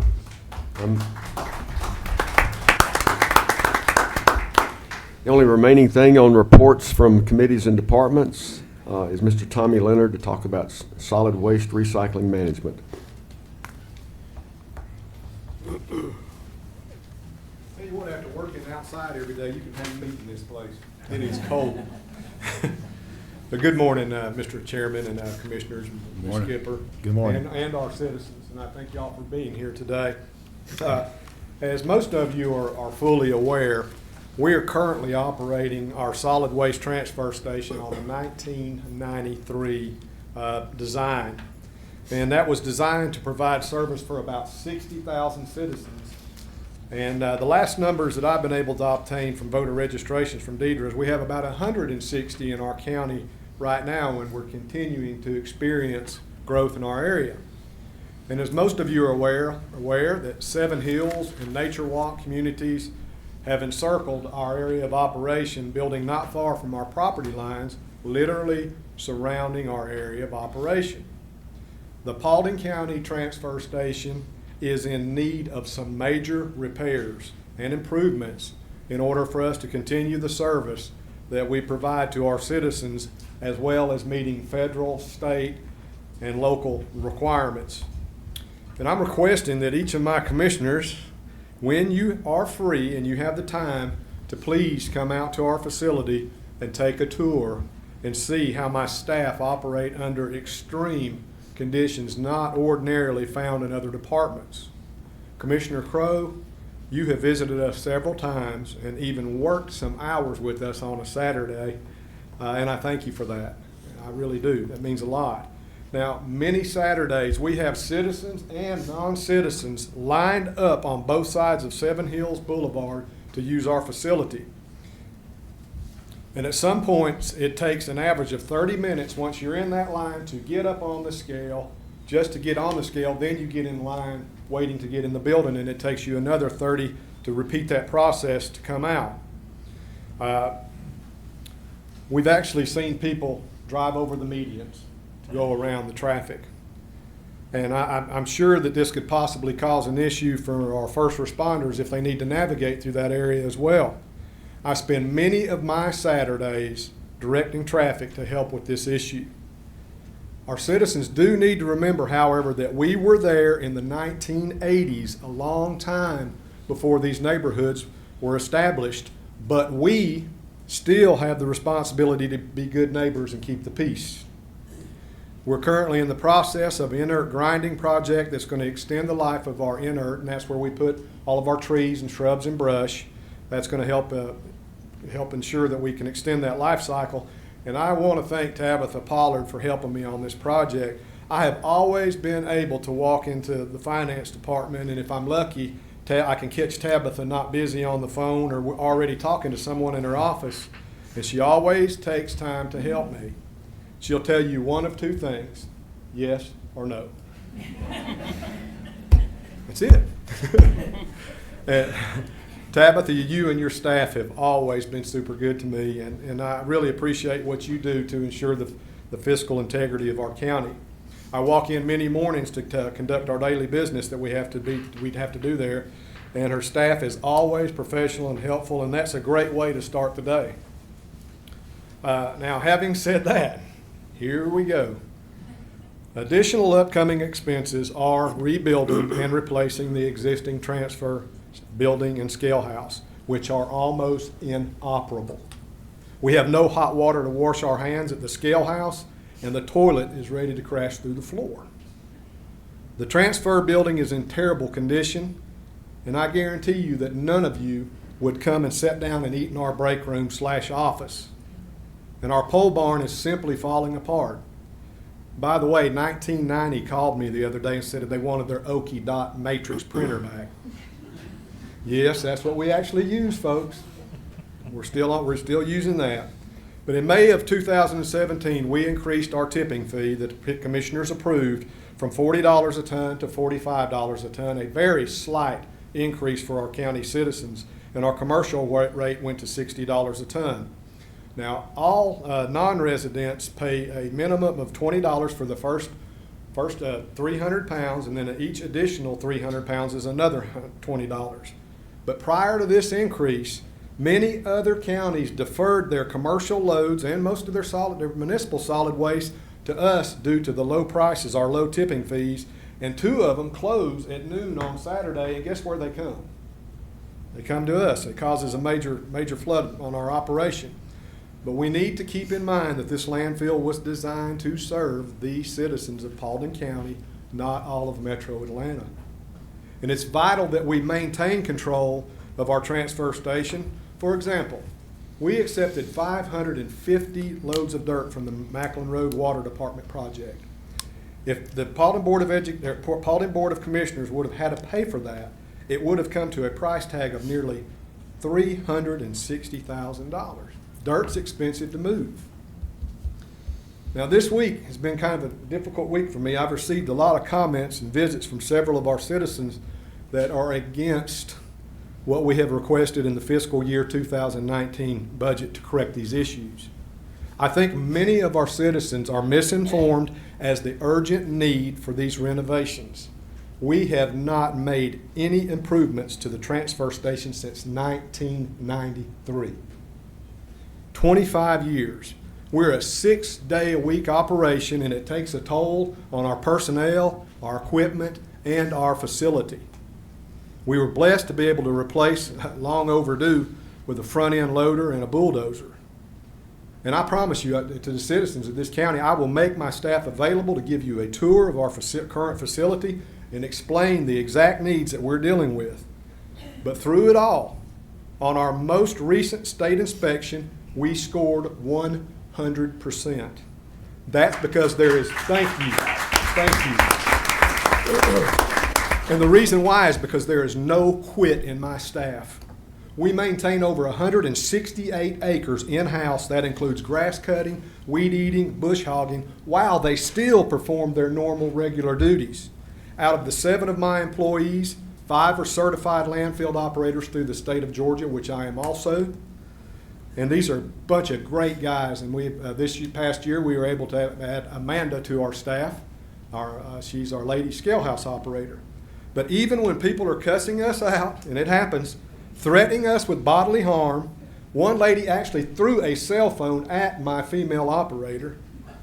We continue to perform our job for the citizens in Paulding County. But I am pleased to report that we have many great citizens that use our facility regularly, that appreciate our efforts, and we actually get more compliments than we do complaints. I simply ask our citizens to come to our facility and let me show you what we're working on before you form an opinion or get up behind here and say something about it and disapprove it. Making these improvements will only improve our ability to serve you better and allow us to be good neighbors to the surrounding communities. Now to a more positive side, how do I get that little my little recycle thing here? I'm sorry. Yeah, I have to have technical assistance. Yeah, it's on the it was on the front page, one of the icons. Yeah, here we go. Recycling. I don't have a technical assistant. I do, but she's at work. It's my wife. She helps me out on a lot of this stuff. But it needs to be up on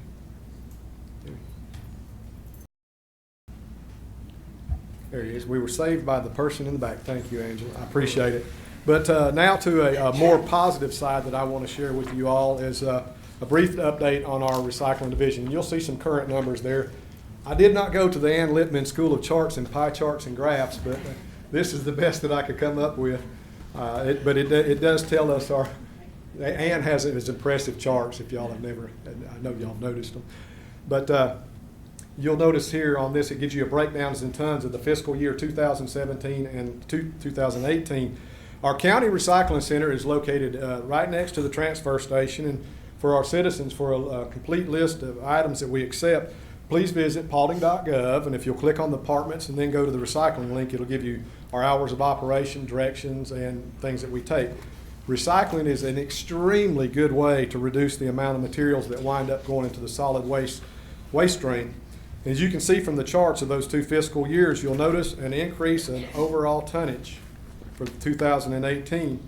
We actually received 1,001 tons of materials. And by recycling these materials, we were able to sell these items back to vendors for $97,076.30 to return that money to the general fund. We also saved $45,045 by removing those items from the solid waste stream, so we didn't have to pay to ship them off. And if you add the 2 revenues together, the cost savings and to the sales of the products, comes out to about $142,000 and some change.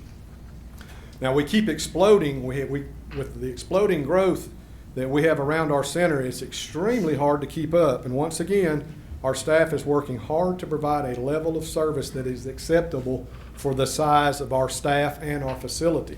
And most days, the average temperature in our building is 96 degrees, and it's often cooler outside than it is inside.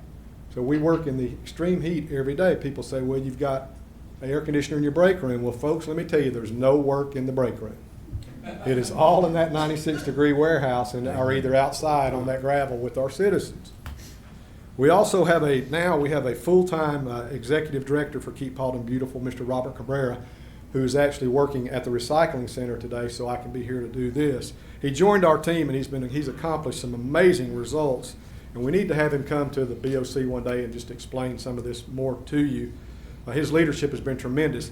I told my wife last night he accomplished more than a year than I was able to accomplish in 11 years, but he is full-time at that. He doesn't have the additional jobs, and I'm really proud of Robert.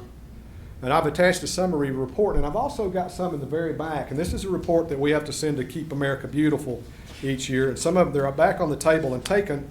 These numbers are great. Y'all have had a chance to skim through them. But I would like to give a special thanks to Tim Atchison and his staff at Fleet Maintenance.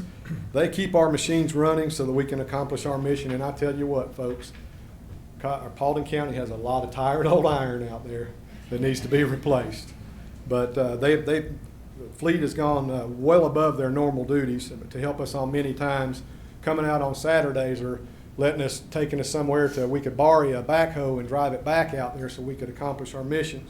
I also want to give a thank you to the Sheriff's Office for the inmate labor when we get it. It is essential. We're able to supplement our staff through that, which is not very often because they're kind of low down. Their numbers are a little low down.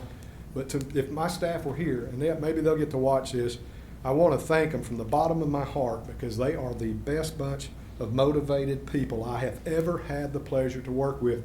They are truly Paulding strong and truly Paulding positive.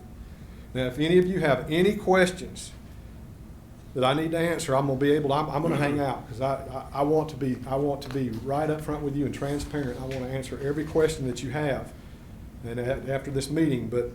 And one more thing, I found a way to deal with angry people. One time a man told me he was going to come out to the landfill and stomp me into the ground. He asked me my name. I just smiled and said, I'm Frank Baker, I'm your friend. Thank you for allowing. Thank you.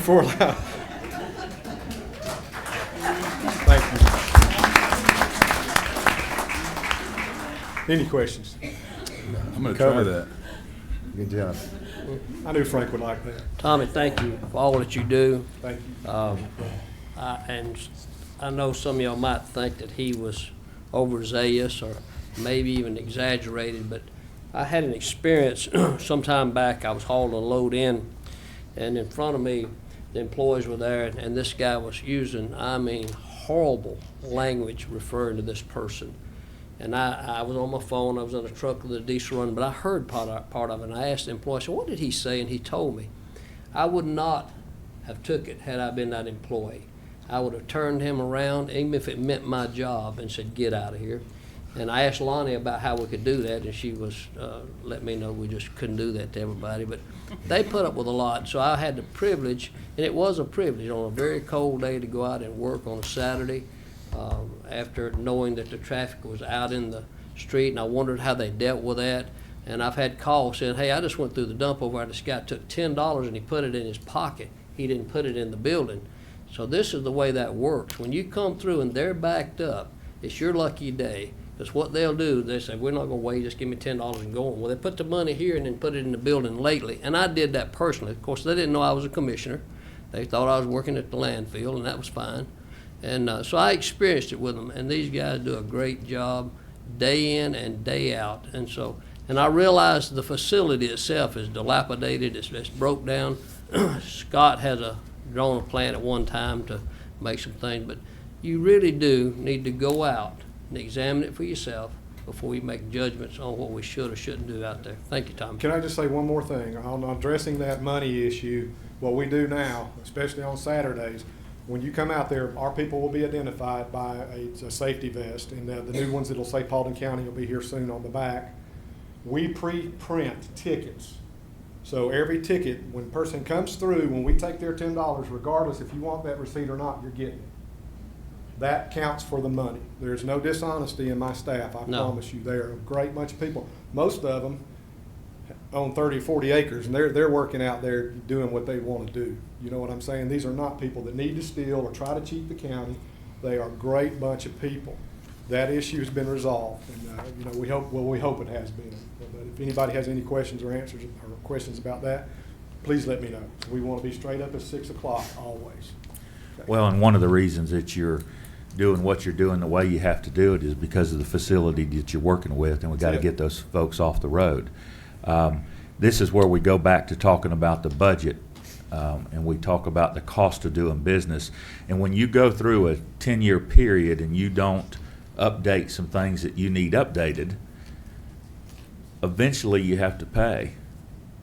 I mean, eventually. We went 25 years. That's right. You can, but I'm talking about the last 10 years of our budget. You have gone 25 years, and your facility is falling apart, and we have to take care of it. So, indeed. We can talk about rolling back and not collecting that other money.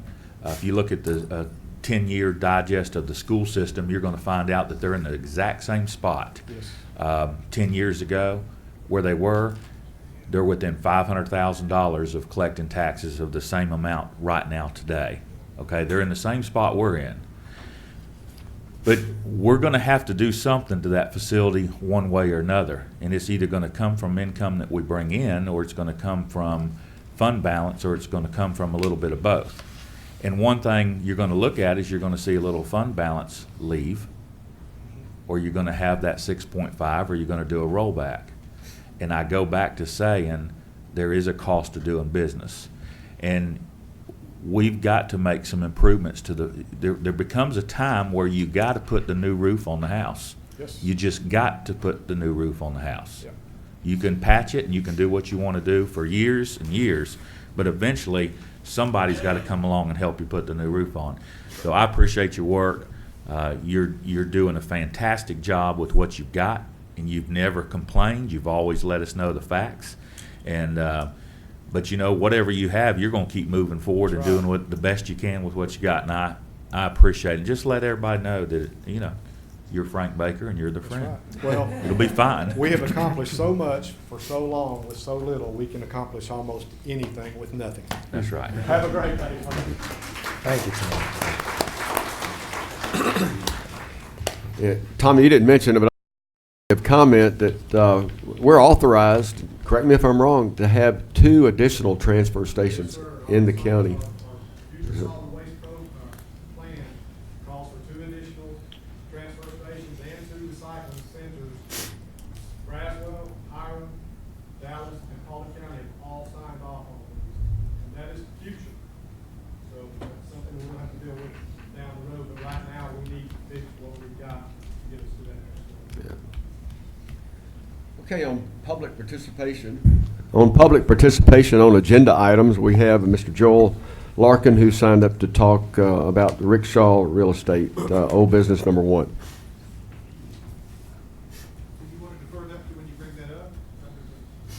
No, we people who sign up for agenda items going to speak at this time.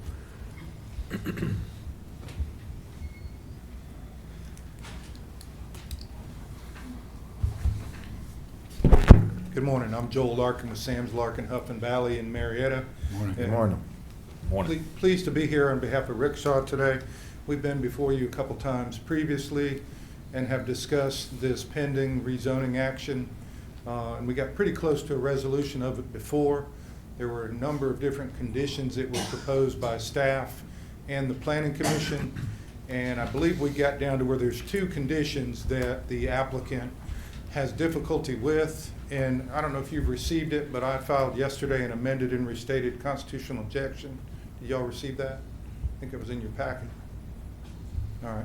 The two items that we have difficulty with are attempts to place per lot assessments on this development for water and for traffic improvements. And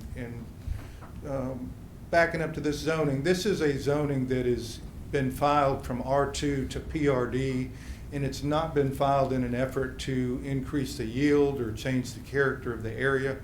The applicant is extending an existing road through Nature Walk, through a PRD neighborhood into this R2 zoned property.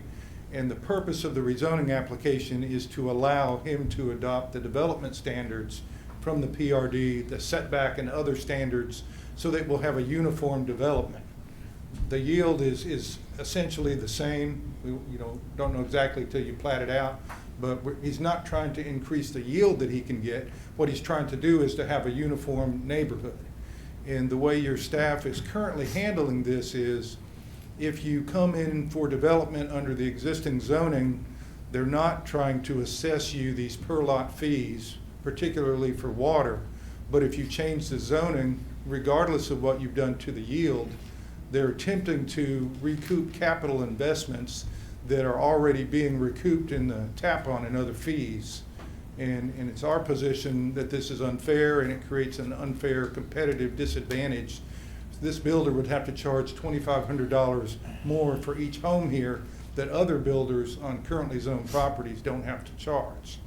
In addition to the disadvantagedness of it, it's our position that this is an illegal exaction of an impact fee. The legislature in 1990 adopted a statewide impact fee ordinance, and it sets out a manner that the county can evaluate system improvements and assess them on a pro rata basis to all users in all new development.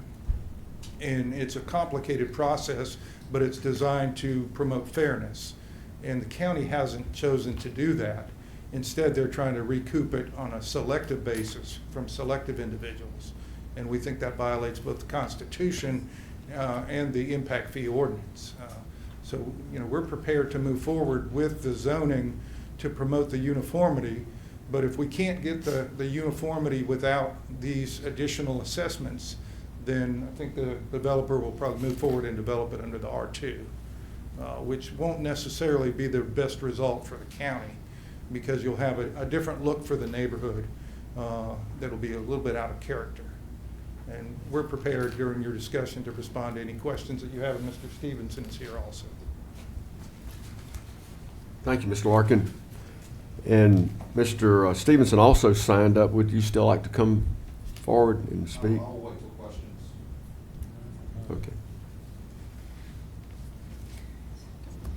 Okay. If you have anything and you want to come up and say it, now's really the time for that on public participation. If we have a question we choose to ask, we could do that. I just don't want that part to get, and we go on by and then you don't have an opportunity to speak. Right. There won't be any, there may not be any questions. Okay, just wanted to make sure. Okay. Okay, under old business, discuss action 2017-10-Zulu application by. Right, I skipped the consent agenda. Trying to get ahead here. Consent agenda, discuss action on 2 consent agenda items. And, number 1 is to reappoint Dan Collins to the Paulding County Civil Service Board for the 4-year term ending December 31st, 2020. And number 2 is to appoint Nicole Whalen to the Paulding County Board of Ethics with a term ending December 31st, 2021.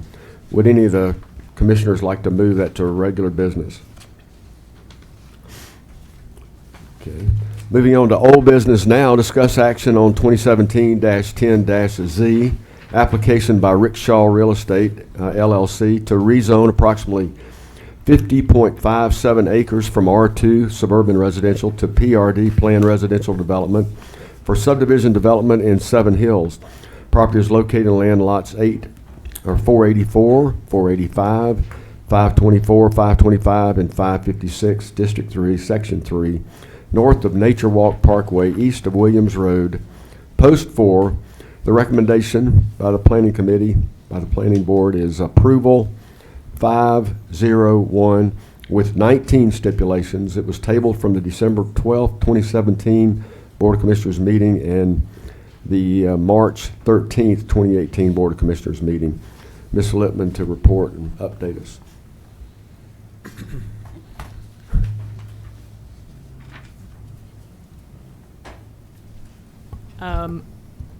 Is this working? Okay. I don't really have any update on this. As you stated, the Planning Commission did provide a recommendation. Mr. Robinson, who's the Planning and Zoning Manager, is also here. I'll just be happy to answer any questions that you may have about the stipulations, and I will defer to Ms. Skipper about some of the legal questions that were brought up. About impact fees, especially. Any questions?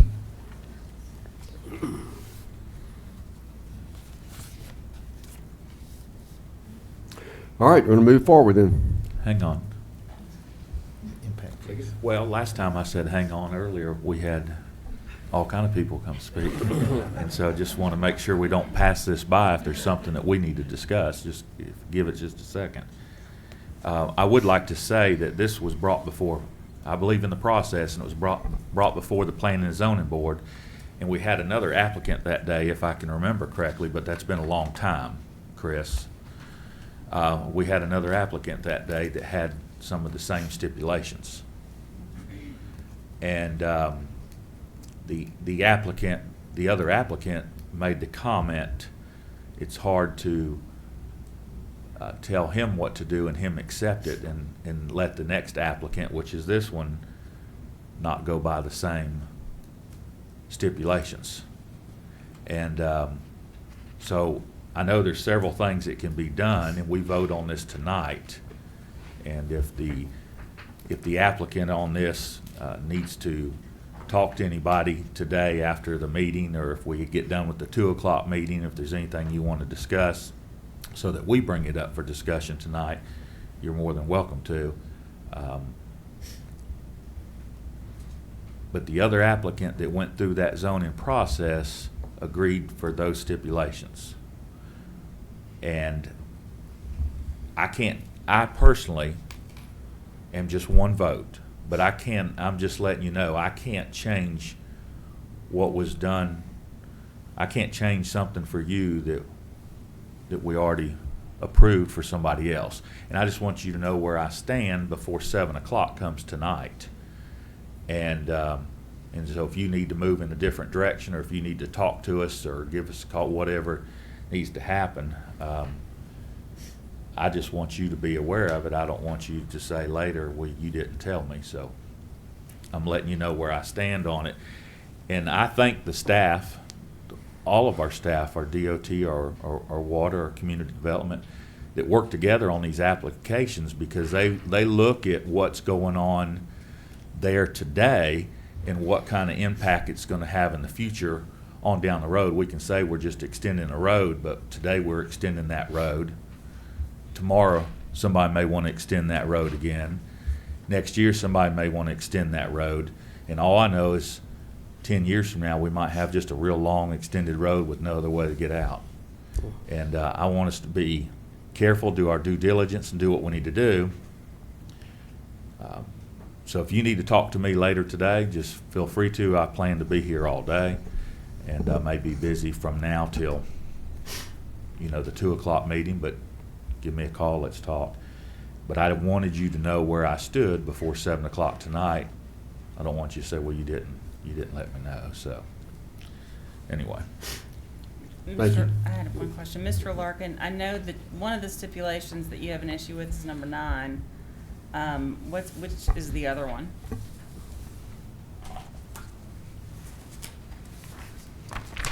I don't have a new document in front of me, but at the last meeting, there were 2 DOT stipulations, and the recommendation was made, if I recall, that they be combined into a single one. But there was an effort to extract $1,500 per lot for a DOT contribution. And that's the one stipulation. The other one is if I remember the The form other of one it is the still. Braswell Mountain. That's the number 9. I know which one that one is. I don't know Unless that I that's been see the rewritten. DOT one. Number 6 is owner developer agrees to enter into a development agreement with Paulding County to mitigate traffic concerns. I think that may be the one that's referred to. Okay. Has that been addressed as of now? It has not been resolved. And on the Braswell Mountain, unless it's been changed, it's kind of I would say a little bit of a sleight of hand, the way that's typically handled. The Friday before a planning commission hearing, we typically get a set of recommendations, and it usually says the applicant will participate in the Braswell something program. And if you ask questions, you learn what that means is the applicant will make a donation on top of the tap fee of $1,000 per lot. So when we got that condition last time, we did an open records request into the underlying documents for the Braswell Mountain improvements, and it's clear from those documents that that was done in a well thought out manner where they determined the cost of infrastructure to develop that project, and they looked at the lots, not just zoning lots, but all the lots to be developed, and they determined that would be in the tap fee, which is the proper way to handle it. And you mentioned fairness. But here instead what they're doing is they're only imposing it on anyone who goes through rezoning for any reason and in any manner. So if I've got 1,000 lots that are there approved but not built, I don't pay $1,000 per lot. But if I come in and rezone, even if I don't change the number of lots, now I'm hit with a $1,000 per lot fee. And that's what the impact fee ordinance was designed to avoid. You're only supposed to be assessed for things that specifically relate to your project and not system-wide. Now, an applicant can always agree voluntarily, as that other applicant may have done, if they were aware of what that condition meant. I'm not sure they were. I saw that hearing, and I don't recall that they ever specifically said, I understand I'm paying you $1,000 per lot. But even if they did, that was a voluntary choice on their part. What we're trying to do is to get you to do the fair thing, and that's to assess it countywide on all the lots as they develop, and not just new lots that have some type of change in zoning. Okay, I'm going to let Ms. Ashmore speak. Yes. The other development being referred to was fully aware of that $1,000. It had been completely discussed with him beforehand, and he was agreeable to that stipulation. In my research, this has been equitably applied in every residential rezoning, dating back about 10 years. And so it has been equitably included in rezonings over time. That's all I just wanted to add. Okay. Is this went into effect in 2007, and then anything forward of that, then we applied this, is that right? If they wanted to rezone from 2007, so anything that's not having to do this was something that was zoned before 2007? That's correct. Okay.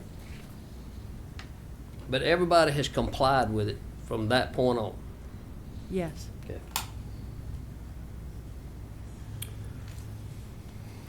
So that was a period of time when there were no rezoning. So to say it applied to all of them, remember rezoning stopped in 2007. I guess you're right. There has not a whole lot of rezonings. I think the only one that I know of is the one recently that they accepted the stipulations and went along with it. Is that correct? There were others prior to that. I'm sorry, I didn't bring that Okay, but there with are me others. to the meeting, but there were others that this has been applied to over the years. This is the two that have come through in most recently are not the first. They're not. They are not. I can get you that information. I'm sort of picking up that Mr. Stevens feels like he's been treated unfairly, but this is not true. No, sir. This is quite typical of our interaction. Thank Right. you. Mhm. So there's several different options here, correct? Mark and myself talked about it today and last night. And I guess we gotta figure out which option that Mr. Stevens wants to take, and then we gotta figure out what we wanna do.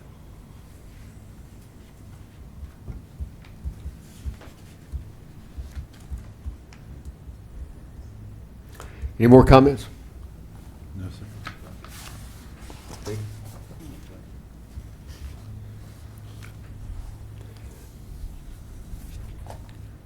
At one point, I don't know if I even really need to talk about this. At one point, I think that this board is gonna be changed as of January 1. And we know that maybe that's gonna play into this. So we're gonna have to do what we think as a board, present board today, to do the right thing for everybody. And like I said, there's several different options that can get Mr. Stevens from today to January 1, and we'll just let that lie on him. Any other comments? Okay. All right, the only thing we have left is new business. I've got 11:51. If you want to synchronize your watches, I'm going to make a motion, and hopefully I'll get a second, that we adjourn for 5 minutes for a bathroom break. Is there a second? Second. Thought you were gonna- All those in favor? Aye. Okay, we'll start back at 11:56.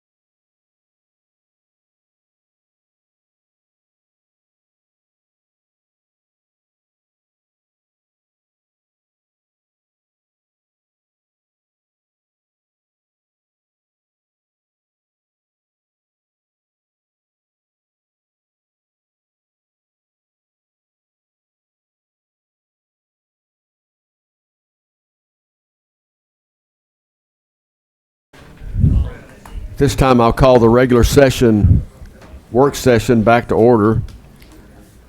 And as we move into new business and we prepare for the public hearing, I'm going to ask Ms. Pollard to give the information that she has on the budget at this time. Great. This one's a little more detailed so we had the millage rate hearing, that's funding the budget.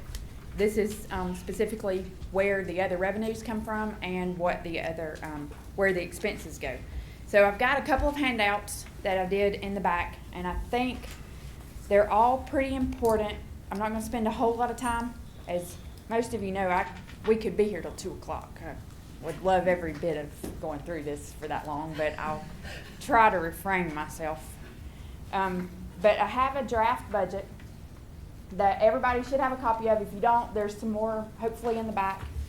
And it will, on the first column is the original budget. That's what you adopted at this time last year. The final column is what is in place, including any outstanding encumbrances for the prior year. And then your actuals, obvious what your actual for 18 and for 17. So we have a few additional revenues in fiscal year 2018. This is not complete. We're closing out the year, so these numbers will change. I think it's got most everything in it, but it will not be exact. We have some increase in other taxes. Those specifically are your title ad valorem or the bulk or title ad valorem and sales tax. Yay, shop Paulding, that works great. We show $1 million in additional revenue this year because people shopped in Paulding. And one of the large ones is the intergovernmental category. That's largely LMIG. So those are specific to DOT projects. Those are not budgeted for. The expense is not budgeted for. So that's something that it's gonna come out when we go through the exact budget for 2019. But you do incur it. You do receive the funds and you do spend the funds.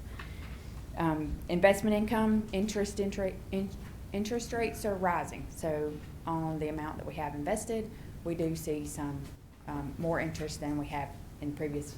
That gives you money for your budget. As you look throughout the departments, you're going to see some that are over 100%. That's primarily because all of the salaries were budgeted in one lump sum, and the leave buyback was budgeted in one lump sum. And there are several other, those are the two large ones, but there may be a few others that are budgeted in lump, and then they're spread out throughout the year as we know specifically where those are going to go.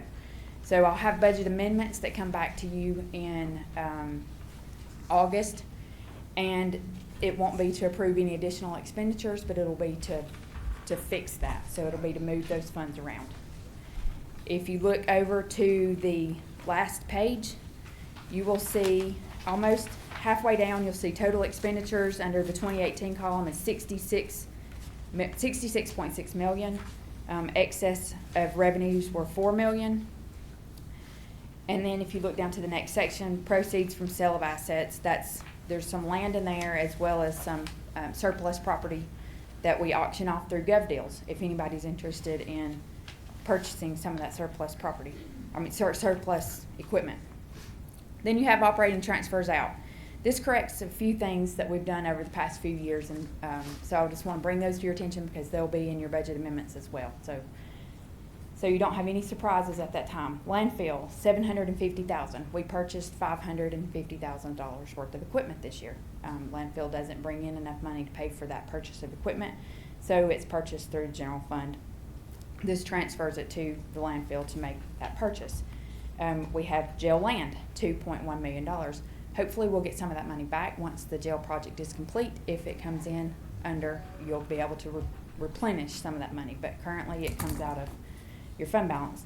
Water admin, when we talked a little bit about the GSP, when we took the GSP from the water system and replaced it and put a governmental function in there, so the GSP, we have to reimburse the enterprise fund for that purchase. We haven't done that yet because they weren't actively pursuing another space.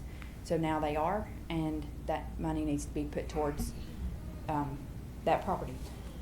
Water lines, how we pay for overlooked that we looked at earlier. We had 500,000 from water system for each year, so we put 500 for 2018, 500 for 2019 in the recent water projects, but the projects were almost $1.5 million. So you agreed to put $500,000 of general fund money in that. So that's where, that brings us to $4.3 million of transfers, which brings the overall balance to almost neutral. So it's $159,000 use of fund balance. I think that'll work itself out. But it could go either way. We have currently $4 million worth of purchase orders that are obligations that we have outstanding June 30th that we have not incurred yet. So that's going to be in addition to this coming budget.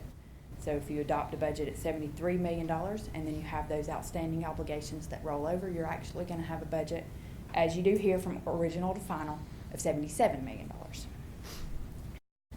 So that kind of gives you an idea of where we are today, because you need to know, I felt like you needed to know that to know how to approach the budget for this upcoming year. So on the second handout, it looks like this. It's the budget itself. There are several pages to it. It's been online since June 1st for review. A lot thicker, a good bit thicker document. It's got more information about each department as far as number of employees and that kind of thing. But I try to put the highlights here and not get too in the weeds. First page, general fund, that's M&O. That's what we had the millage rate for. The millage rate hearing for earlier was for that $29 million that you see on the very top of that line. I'm going to come back to that, to the general fund, and right now I'm going to cover the other columns in that budget. So fire, that's the 3.1 mills. We're currently paying for fire. This budget includes 9 additional firemen. We're looking at opening additional fire station, and it primarily provides for operations. We have recently had to use some of it for capital purchases as well. 911, obviously you pay $1 or $1.50 on your telephone lines to provide that service. It has functioned, but we're not operating at a full staff in 911 right now, and if we do, it could take some general fund dollars. I don't have it in here because I'm not sure that they'll get up to full staff, as well as the legislature last year made some changes to 911, which should increase those revenues to help offset that. But there's a little bit of unknown there. Special court funds, those are held with constitutional officers and their specific purposes, used for a specific purpose. Most of the time they're attached to a fine. And the law tells us how you're going to collect it, how much you're going to collect, and what you're going to spend it on. Solid waste, that's our landfill. SPLOST is capital projects. That's a 1% sales tax that we have that funds DOT, public safety, recreation, economic development, as well as the cities both receive a fraction of that. Debt service. That funds the debt for the county. So your bond and interest rate currently is at 2.07. I think we need to spend a little bit of time here. If you look at the very last page of the handout, I'll give you a detail of what your general obligation debt is. So highlighted in yellow, you'll see that we're going to pay debt of $9,739,000. That's inclusive of the jail bonds. And the jail bonds are about $3.8 million annually. That's through 2048 is when those bonds pay off. 3.8. 3.8 is the annual debt service, average debt service. It is included. You are paying it this year. At this point, we have not. We've left the millage rate alone.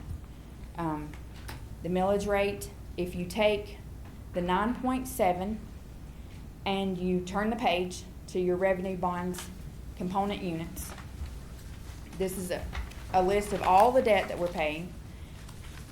The component unit debt is 1.8 million. That does not include the 2012B, which is the water and sewer, the sewer plant. That is $500,000. But the total that we are actually paying out of debt service is 1.8 million for the revenue bonds. Total is 11.5 million. That's what you've got to have to pay the debt for the county in the upcoming year. 2.07 mils won't get you there. So we're going to use a little bit of fund balance, or this proposes that we use a little bit of fund balance to get us there. We're going to, the 2.07 mils brings in 9.5 million. And if you were to bring in enough to cover the debt service, you need 2.5 mils. When we went to market for the jail bonds, we looked at it, and it's within a mil. So a mil now is worth 4.5. Your debt service is 3.8. So it's just under that because of the value of the digest going up. So that's one thing to be considered, because you do use some fund balance in debt service in this budget to get through. If you cover it next year, citizens will see a jail coming out of the ground. That will be very obvious of what that money's being paid for, used for. That's the proposal. You could do either one. You could impose it now, or you could impose it. It will have to be done next year. CIP, that $40 million is the jail, and that's pretty much the bond proceeds that it's not an increase to the budget. It appears that way here, but it's just a use of those funds that have already been borrowed. And then the water and sewer, that's flexible, because the water and sewer's an enterprise fund, and they can only spend what they bring in. We're required for debt service coverage requirements.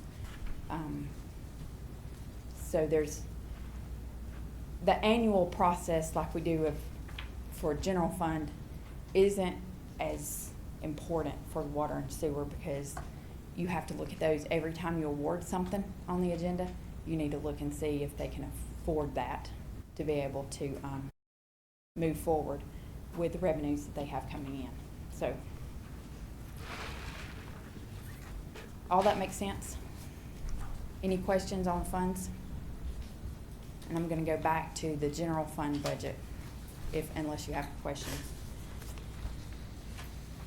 Okay, so the revenues on the general fund side going into 2019. Here's the difference. Here's where the revenue projections are. I have projections of $5 million over last year. 2.4 of those is within the property tax, so that's within 6.5. If you were to roll it back, the rollback is 6.079. I don't know how much time, if we mentioned that earlier or not, but that's a $600,000 increase. So the difference in the two is $1.8 million. Your other tax, as I mentioned, this is the title ad valorem tax. So when you purchase a vehicle, you don't pay sales tax anymore on that vehicle. You don't pay ad valorem tax, which has caused our digest to decline some. However, last year, we saw a decrease. So if you look at 2016 to 2017, there's a decrease. If you look at 2017 to 2018, there's a large increase. I did talk to Bill a little bit about this, and the increase between the county's portion has increased every year. It's increased several times, with another one planned for July 2019. However, March, April, and May, I have no idea what those are. I don't know what that spike's about. I don't know if you can count on that revenue for next year. My guess is assume some, but it makes me nervous to assume all of that increase. Take an average, it averages out to be $400,000 a month for title ad valorem tax. If you look at that chart, July was below 4, August was right at 4, and on and on. There's six right at 4 or over, and 6 under. So I have included some. Our availability of fund balance will allow us to not be quite as conservative, but you should know that we may not make our projection. Our projection right now, I believe, is at 4.8 million, which is $400,000 a month. With assuming knowing that the state's increasing that percent in 2019, which makes me a little more comfortable with that. Sales tax, that's consistent. So again, praise Paulding. They are shopping Paulding. So we're keeping that money here, and those dollars are used to roll back your millage rate. So there's direct advantage there to do that. I have $1 million. Usually, historically, our increase has been $200,000 a year. So we've increased $200,000 between each year. This year, we have $1 million. Could something happen to decline that? It could. Right now, I don't see any reason, and it's consistent. I will tell you that recently I went to a class, and there was one county in the state of Georgia that had a spike in their revenue for sales tax, and it was an error.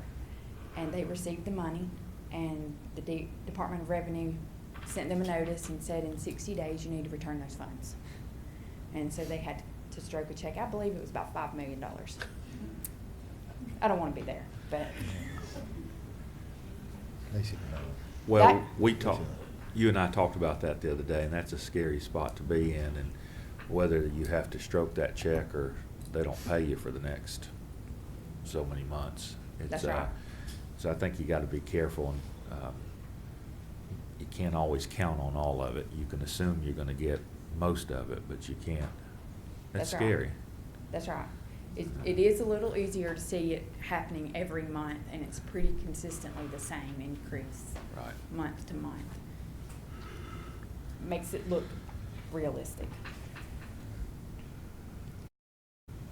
So that being said, that's all the information I have on revenues, and I'll go over to expenses and the changes in the budget, unless y'all have any additional questions or see something that maybe needs to be brought out. Okay, so the expenses. I could have listed every department and give you the difference, and that's in the budget that's online for review. So I didn't think that was real helpful today.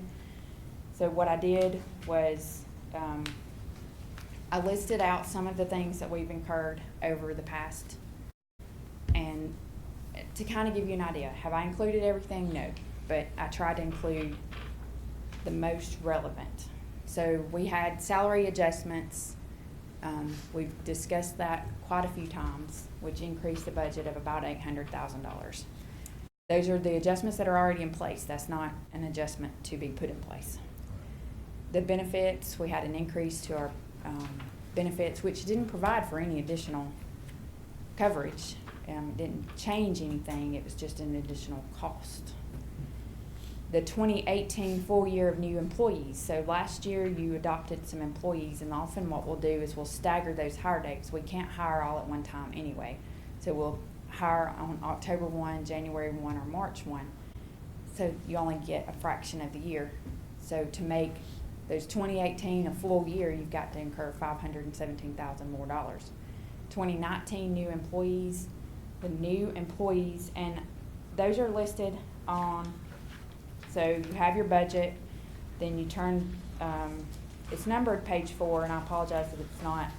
I just took these straight out of the budget document and pages that I wanted to talk about. If you look at your new new personnel list. This lists all of the departments with personnel and what they are, and it gives you an idea of what the hire date is. Total cost for this year, $676,000. The total cost for next year, so a full annual cost will be $1.5 million. So where I have $517 for last year's employees, I'll have $900 next year. Something you need to know when you're deciding what you're going to do. Additional capital, what I mean by that is you had capital in the budget last year. In 2018's budget, you have capital in the budget this year. The difference is an increase of $400,000. So that's what I'm trying to do, is show you the difference between 2018 and 2019. Then we have some additional operational cost. So I looked through all the departments and to see who had, and again, some have decreases, some have more significant than other increases. But in the budget that we're talking about, the budget we're looking at, I had an insurance increase of $300,000. I now have those actual bills in hand, so I'm not going to need that increase. But I didn't know that in May when we were preparing this, so I've struck that. That's a place where we can make a reduction now. Retirement costs, that has gone up about $100,000. Economic development, I'm not sure. It's my understanding that we don't necessarily that they're not expecting that, so that's been removed. Can I say? Be a clarification that you need. Can to I give say me. something on that? Tabitha and I have talked about that, and we kind of got hammered, some of us, for supposedly cutting out economic development in a time where we need to be paying attention to economic development. So, if you want to hear the whole truth, a couple years ago, when Robert came on, we had some extra money in economic development. I'm looking at you because I want you to say, hey, you're wrong if I'm wrong on something, because you and I talked to him. And we had some extra money because we didn't have anybody in economic development running economic development. We went 6 months, 8 months, or whatever, and so they had some extra money. We were looking at the budget at the time, and we were looking for everything we could do to trim that budget and get it where we needed to get it. And so Vernon and I talked to Robert Reynolds and said, hey, do you mind if we trim economic development down, I think 70,000, or from 200 to 130. To 130. Yeah. So we trimmed it down about $70,000. And we also said we're working on the budget. If something comes up and you need to do something through the year, come to us and we'll just see what we can do. And that was all agreed upon. So, however, some things have changed there, and we were giving them that $130,000 to run economic development. Well, some things have changed over some time, and now economic development is really the IBA director now. He has become the IBA director.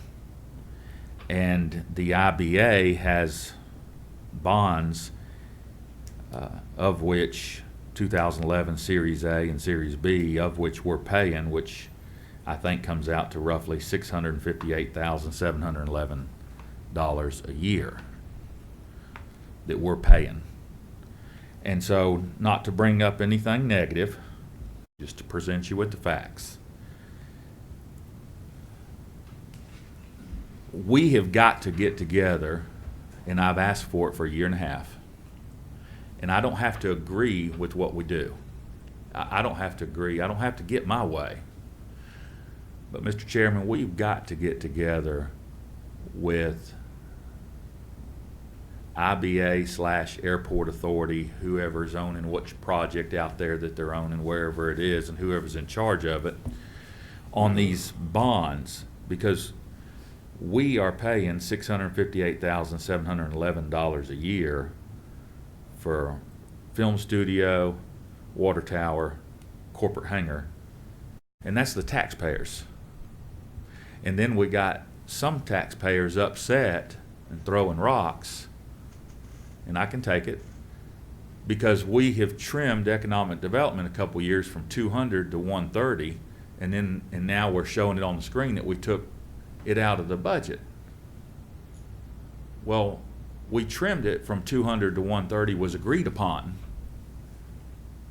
And I talked to Tabitha earlier on this budget. I said, we don't need to give them nothing until we sit down and have some sort of an agreement. I don't have to get my way, but the IBA/Airport Authority, whatever, and the Board of Commissioners needs to come up with an agreement on what we're doing, because you can't sit there and lease out projects, film studios, and collect $40,000 a month, $480,000 a year, and then have citizens upset because we're going to cut $130,000 out of your budget. The citizens that are upset are paying $658,711 a year for those projects. And I'm accountable to the citizens. The citizens is who elected me to be accountable about this money. And so for them, it may look good. Hey, we swapped out $130,000 for $658,711. We need to come up with an agreement, Mr. Chairman, of what we're going to do so that moving forward, whether it's the rest of this year or somebody here next year, has an agreement that, hey, the Board of Commissioners and the IBA have agreed this is what they're going to do. IBA is going to do this, Board of Commissioners is going to do this, and we're going to meet somewhere in the middle. But just to sit there and ignore it and it come up time after time after time after time, it's not right. And so as the chairman of the Board of Commissioners who sits on those two authorities, you really don't have the right to ignore it. You have the responsibility to address it, and we need to work together to do it. Whatever we need to do to work together. Like I said, I don't have to be in 100% agreement, but this board, at least 3 of us, need to vote on doing something in order to facilitate what's going on with those bond payments for the citizens, because we still got a lot of years to pay. And if they're going to sell that film studio, you're selling an asset. If you're going to go sell your house and you owe on your mortgage, I can tell you, your mortgage is getting paid first. If they're going to sell that film studio, that money needs to come back to the taxpayers to pay that. If that money's not going to come back to the taxpayers to pay it, the people sitting up here today, the 5 of us, need to have some sort of an agreement and understanding that we've worked something out with them. And it has been 1 year and 7 months I've asked for that, and I would like to see that resolved. In the next 90 days, I'd like to see it resolved. And if not, then I'll just give a report that, hey, we can't resolve it. But I don't want somebody throwing stones about the 130 when we're actually paying $658,000. I just want us to agree. We can agree to disagree, but let's agree on something to get that taken care of so that everybody can work together to do what we need to do. But we can't ignore the issue. And the issue is there's $658,000 of taxpayer dollars that we're spending each year to fund their projects. Some of them, which I believe, and I'm being as cordial and as nice as I can be, are pipe dreams. And that's what I don't believe in as a commissioner. I don't believe that that's our job, to give somebody money so that they can go do something with it that they want to do, and those people aren't accountable to the taxpayers. I'm being nailed for the $70,000 decrease, but trust me, folks, it's a $658,000 increase. So let's please work on that. Thank you so much, and thank you for listening to me again. Just putting it out there. Okay, and then Deidre touched on elections this morning a little bit. She has currently an operational increase of $81,000. Last year she had the primary election, and that was the only one. This year she had the runoff, which she's already incurred those costs, and she will have the November election, which is an increased cost. Now, she reported to you that she can do that for less expensive. She plans to do that. How much to add additional Saturday voting, that's going to increase costs. So the net of those two, I'm not sure what those are. She didn't really feel she could commit, but it should come in something less than 81.5. Information technology. A few years ago, we entered into some contracts. We had some an employee or so leave, and we entered into a couple of professional contracts as well as a FiberNet contract. Those are annual, and it's at a rate of $100,000 increase to the year. Juvenile court, that's a guardian ad litem, so that's an attorney that represents the child, and Lonnie can give us more specifics on the details of what that includes. If I might get in trouble if I try to describe it, but it's an addition to the juvenile court cost of $45,000. The sheriff's office operations has an additional of $200,000. There were hardware licenses that are required and necessary, as well as additional equipment cost. Transportation is $1.2 million. I mean, you can read it. In the past, some of what we've done is paid the LMIG match out of SPOS dollars. Well, your LMIG match is about $600,000, between $500,000 and $600,000. If you pay that out of SPOS dollars, that reduces the projects that you can do. But we'll look at more of why that's such an increase, and how that could impact your SPOS dollars more than you mean for it to if you pay for it out of SPOS, but it is an option. Stormwater, we put the service back last year. We had a minimal service. We tried to restore the service to what it should be for the growth of the county. If you'll remember, we had about 800 last year, and we've got a little over $1 million this year. So that's $250,000 to put that back. Parks and Rec has additional park maintenance. We've added, there's some of that at Burnt Hickory, some park maintenance. Veterans Park has some maintenance. As we add parks, we're going to have additional maintenance, and as those parks age, we're going to have additional maintenance. So that's an increased cost of about $90,000. And the library has an additional cost for the mobile. So they have a bookmobile that basically goes around and transfers books, moves books from all within the West Georgia Regional Library System, and additional materials costs. So that's additional books, mostly for each one of our 4 libraries, and that's to total of $70,000. Bringing your operational increase to 2.5. Well, my difference between last year and this year is only a little over $5 million. So I obviously have some reductions in other areas, and this doesn't include all of the increases. Again, I just wanted to give you the highlights. Any questions? Very good. Tabitha, I didn't see this last sheet as a handout. I've been studying the budget. That sheet was not a handout. It's just on the screen. I'd like to have a copy of that. I also wanted to mention too, one other thing about some of the handouts. So the new personnel as well as the capital expenditures. There's a list of those. There are costs associated with those, and it also mentions what fund they're being paid for. If they have a 0 beside them, then they're not included. They were requested. They're not included in this portion of the budget. Now, over the past, I'm going to say year, we've really talked about level of service pretty heavily, because as you saw in 2011 to 2016, we had reduced services. Well, what we have today is a lot of our departments have citizens that call them and say, well, County XYZ does it. Why can't you do it?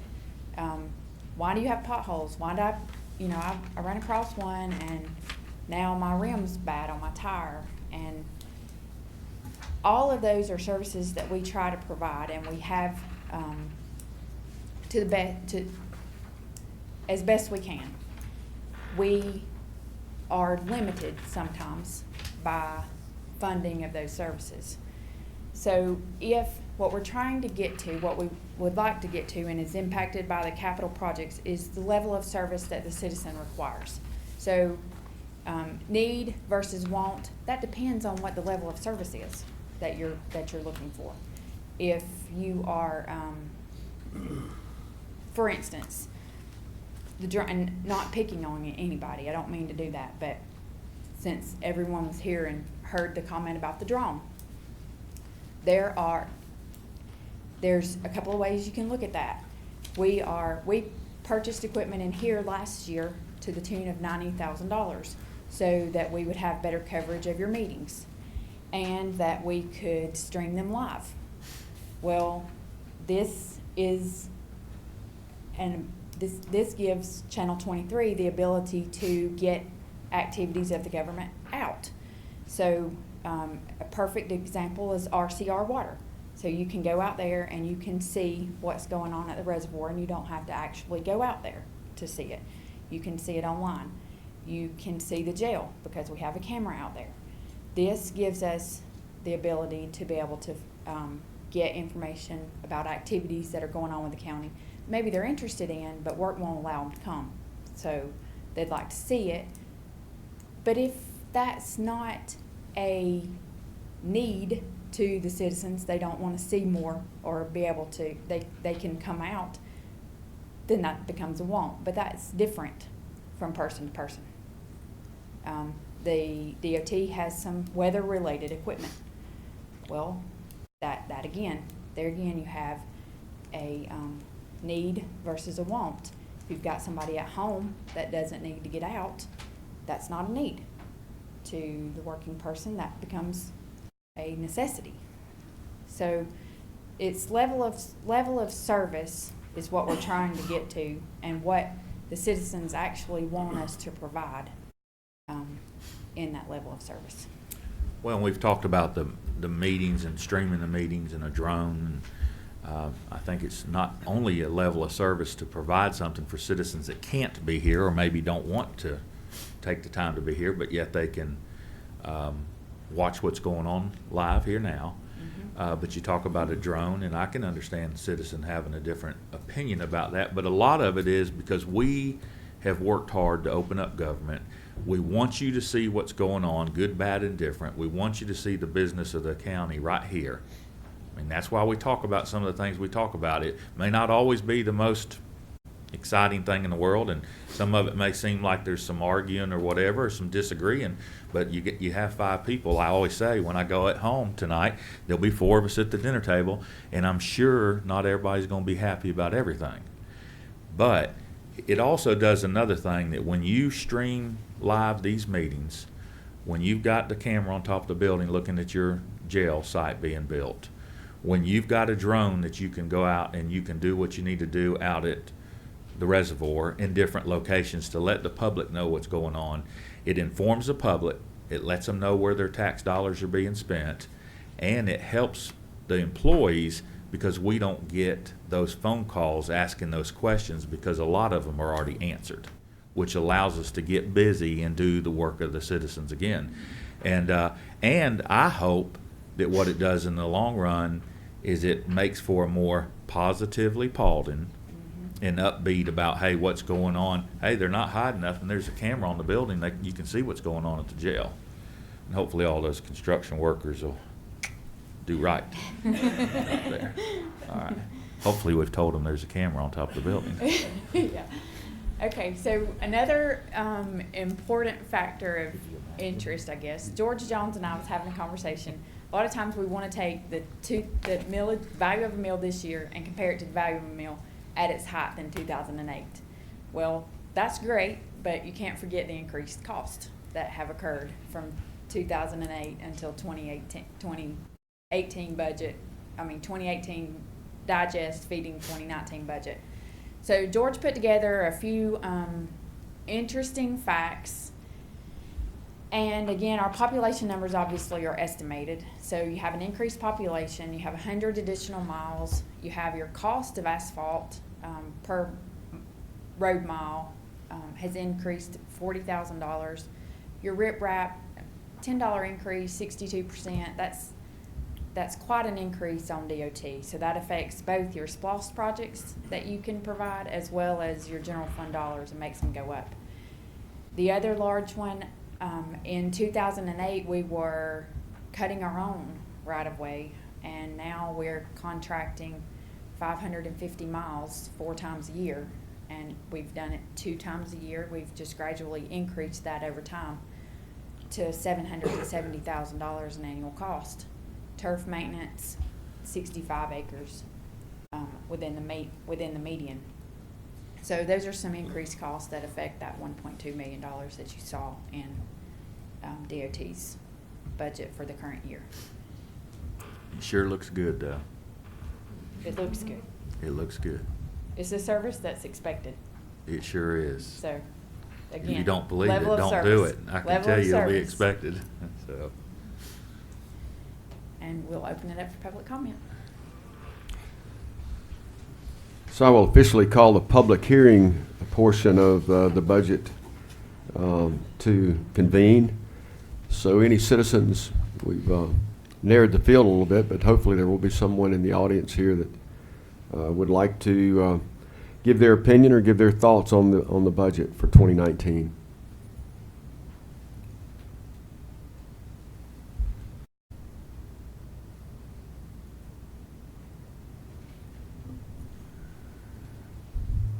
Remember, Cobb County had over 50 people speak.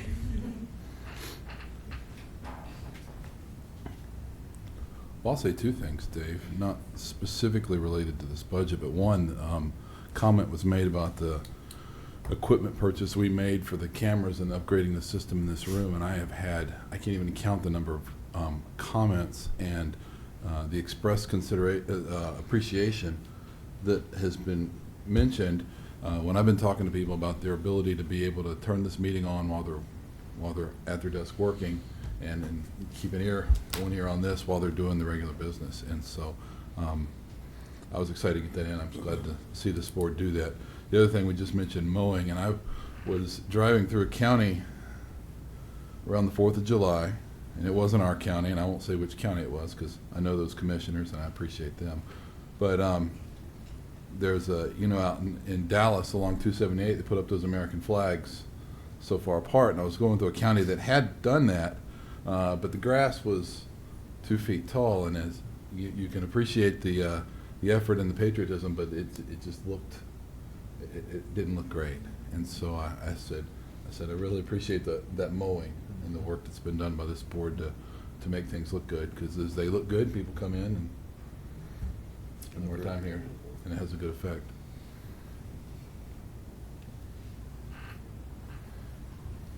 I love the focus on service, and Tabitha and others have talked about the percentage. We are an organization, a governmental organization, who's in the service business.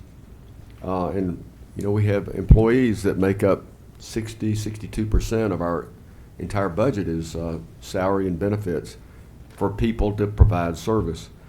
But another thing I think we often overlook in talking about a budget is the projects that we need to do.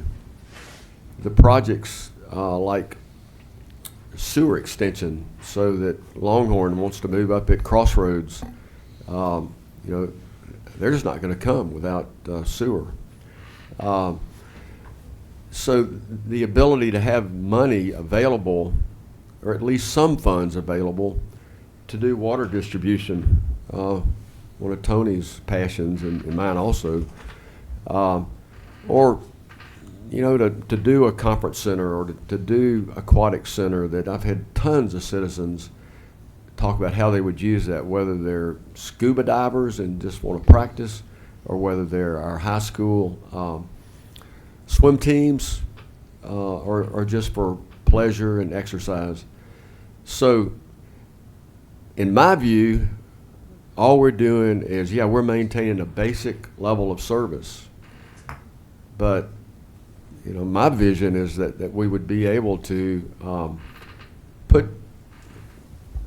some dollars aside and bring that sewer, closer to where it's needed for companies to be able to come in and expand, and then therefore the jobs are created out of that. So the level of service is great, and that's basically what we do.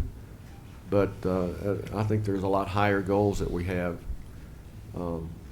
personally. That encourage anybody else to come up? All right, well, I'm going to close out the public hearing unless hear otherwise. It will extend it. I know everybody's getting hungry.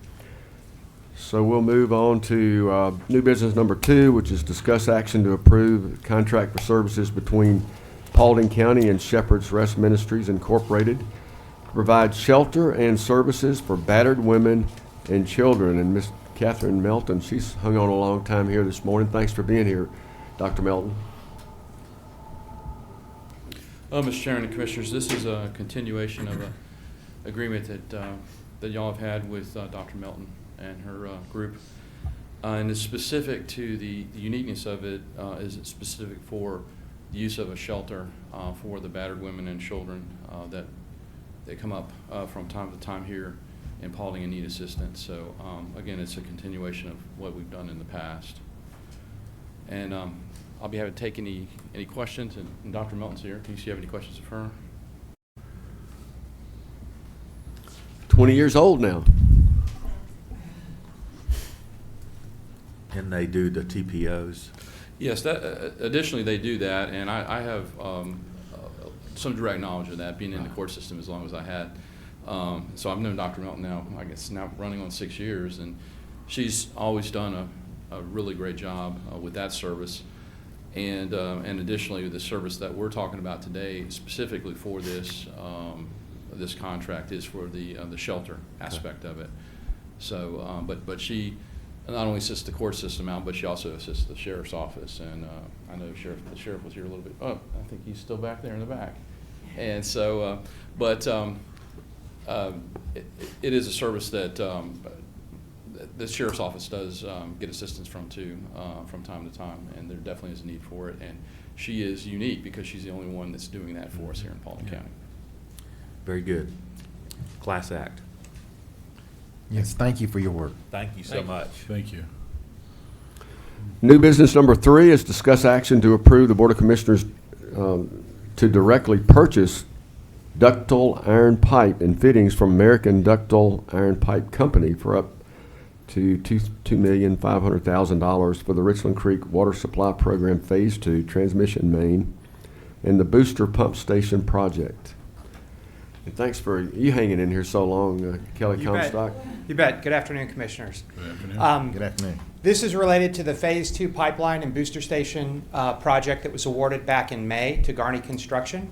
And in their contract, we had provisions where if the county elected to, that the county would direct purchase the pipe, because if you directly purchase it, you save on the sales tax, the state sales tax, and you don't have to pay that. If the contractor purchases it, then the project would incur it and the county would have to pay it through the contract. So the provisions were in their contract. We did this on the Phase 1 pipeline.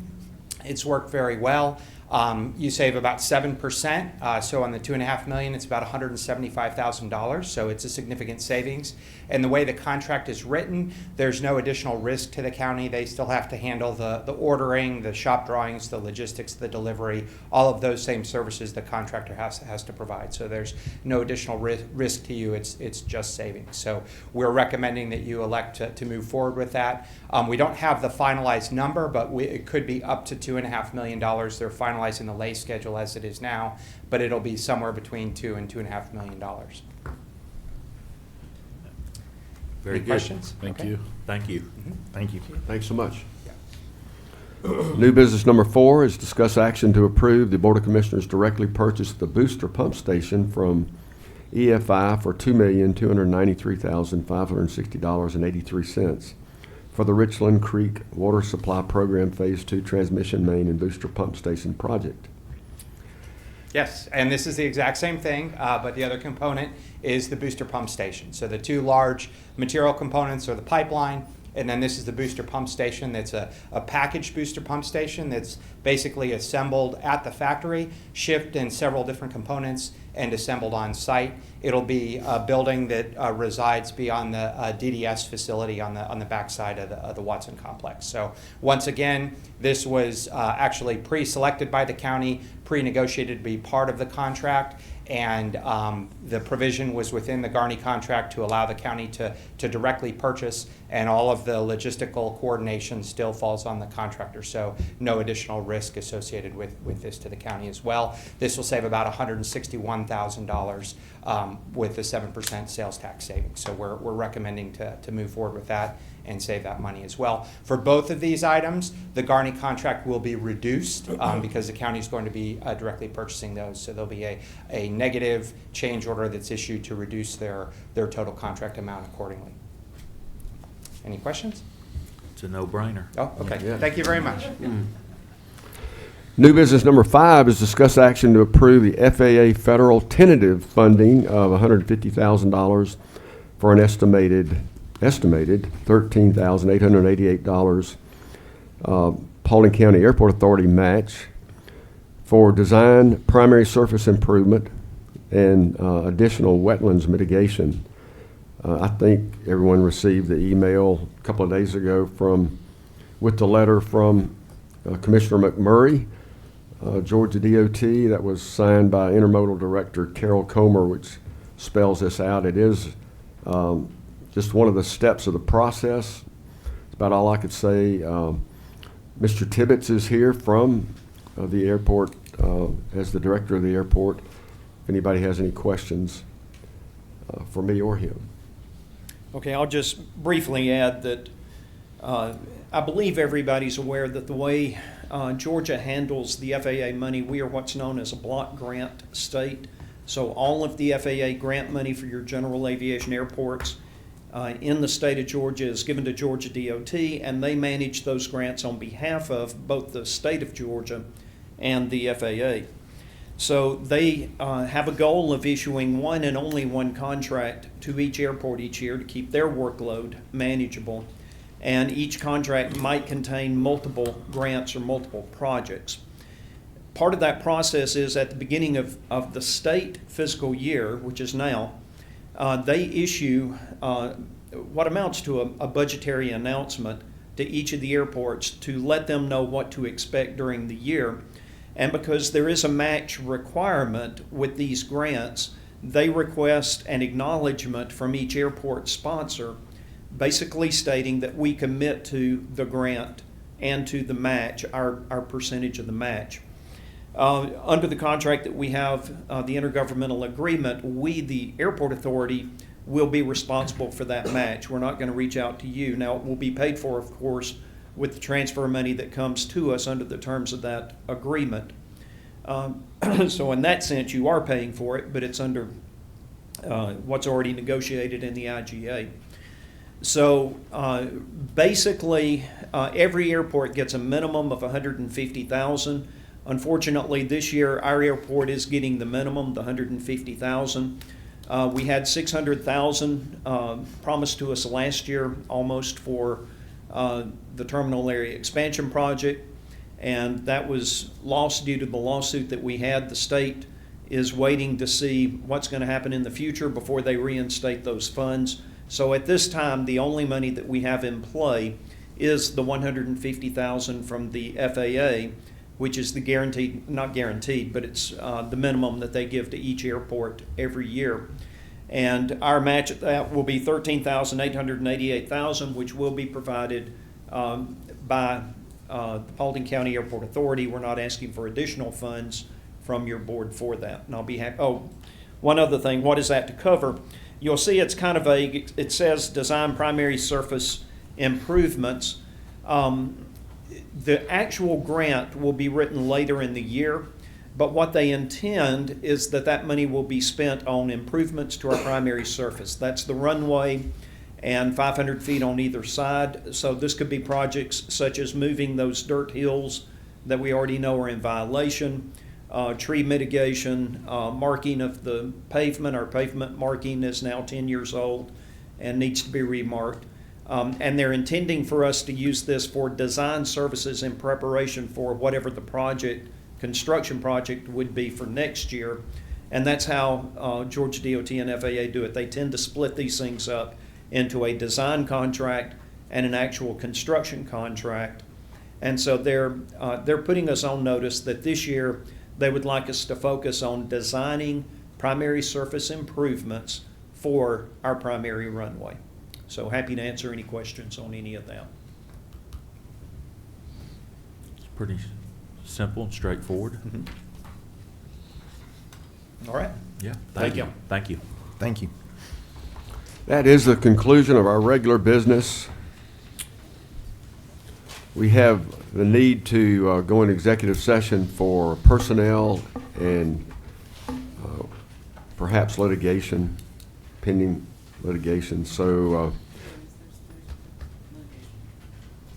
okay, that's confirmed. Litigation also, and there's no one who's signed up for public participation to precede the executive session. So at this time, we'll take a motion to go into executive session and for the reasons I'll make stated. a motion to go into executive session for personnel and pending and potential litigation. Motion by Commissioner Pownell, second.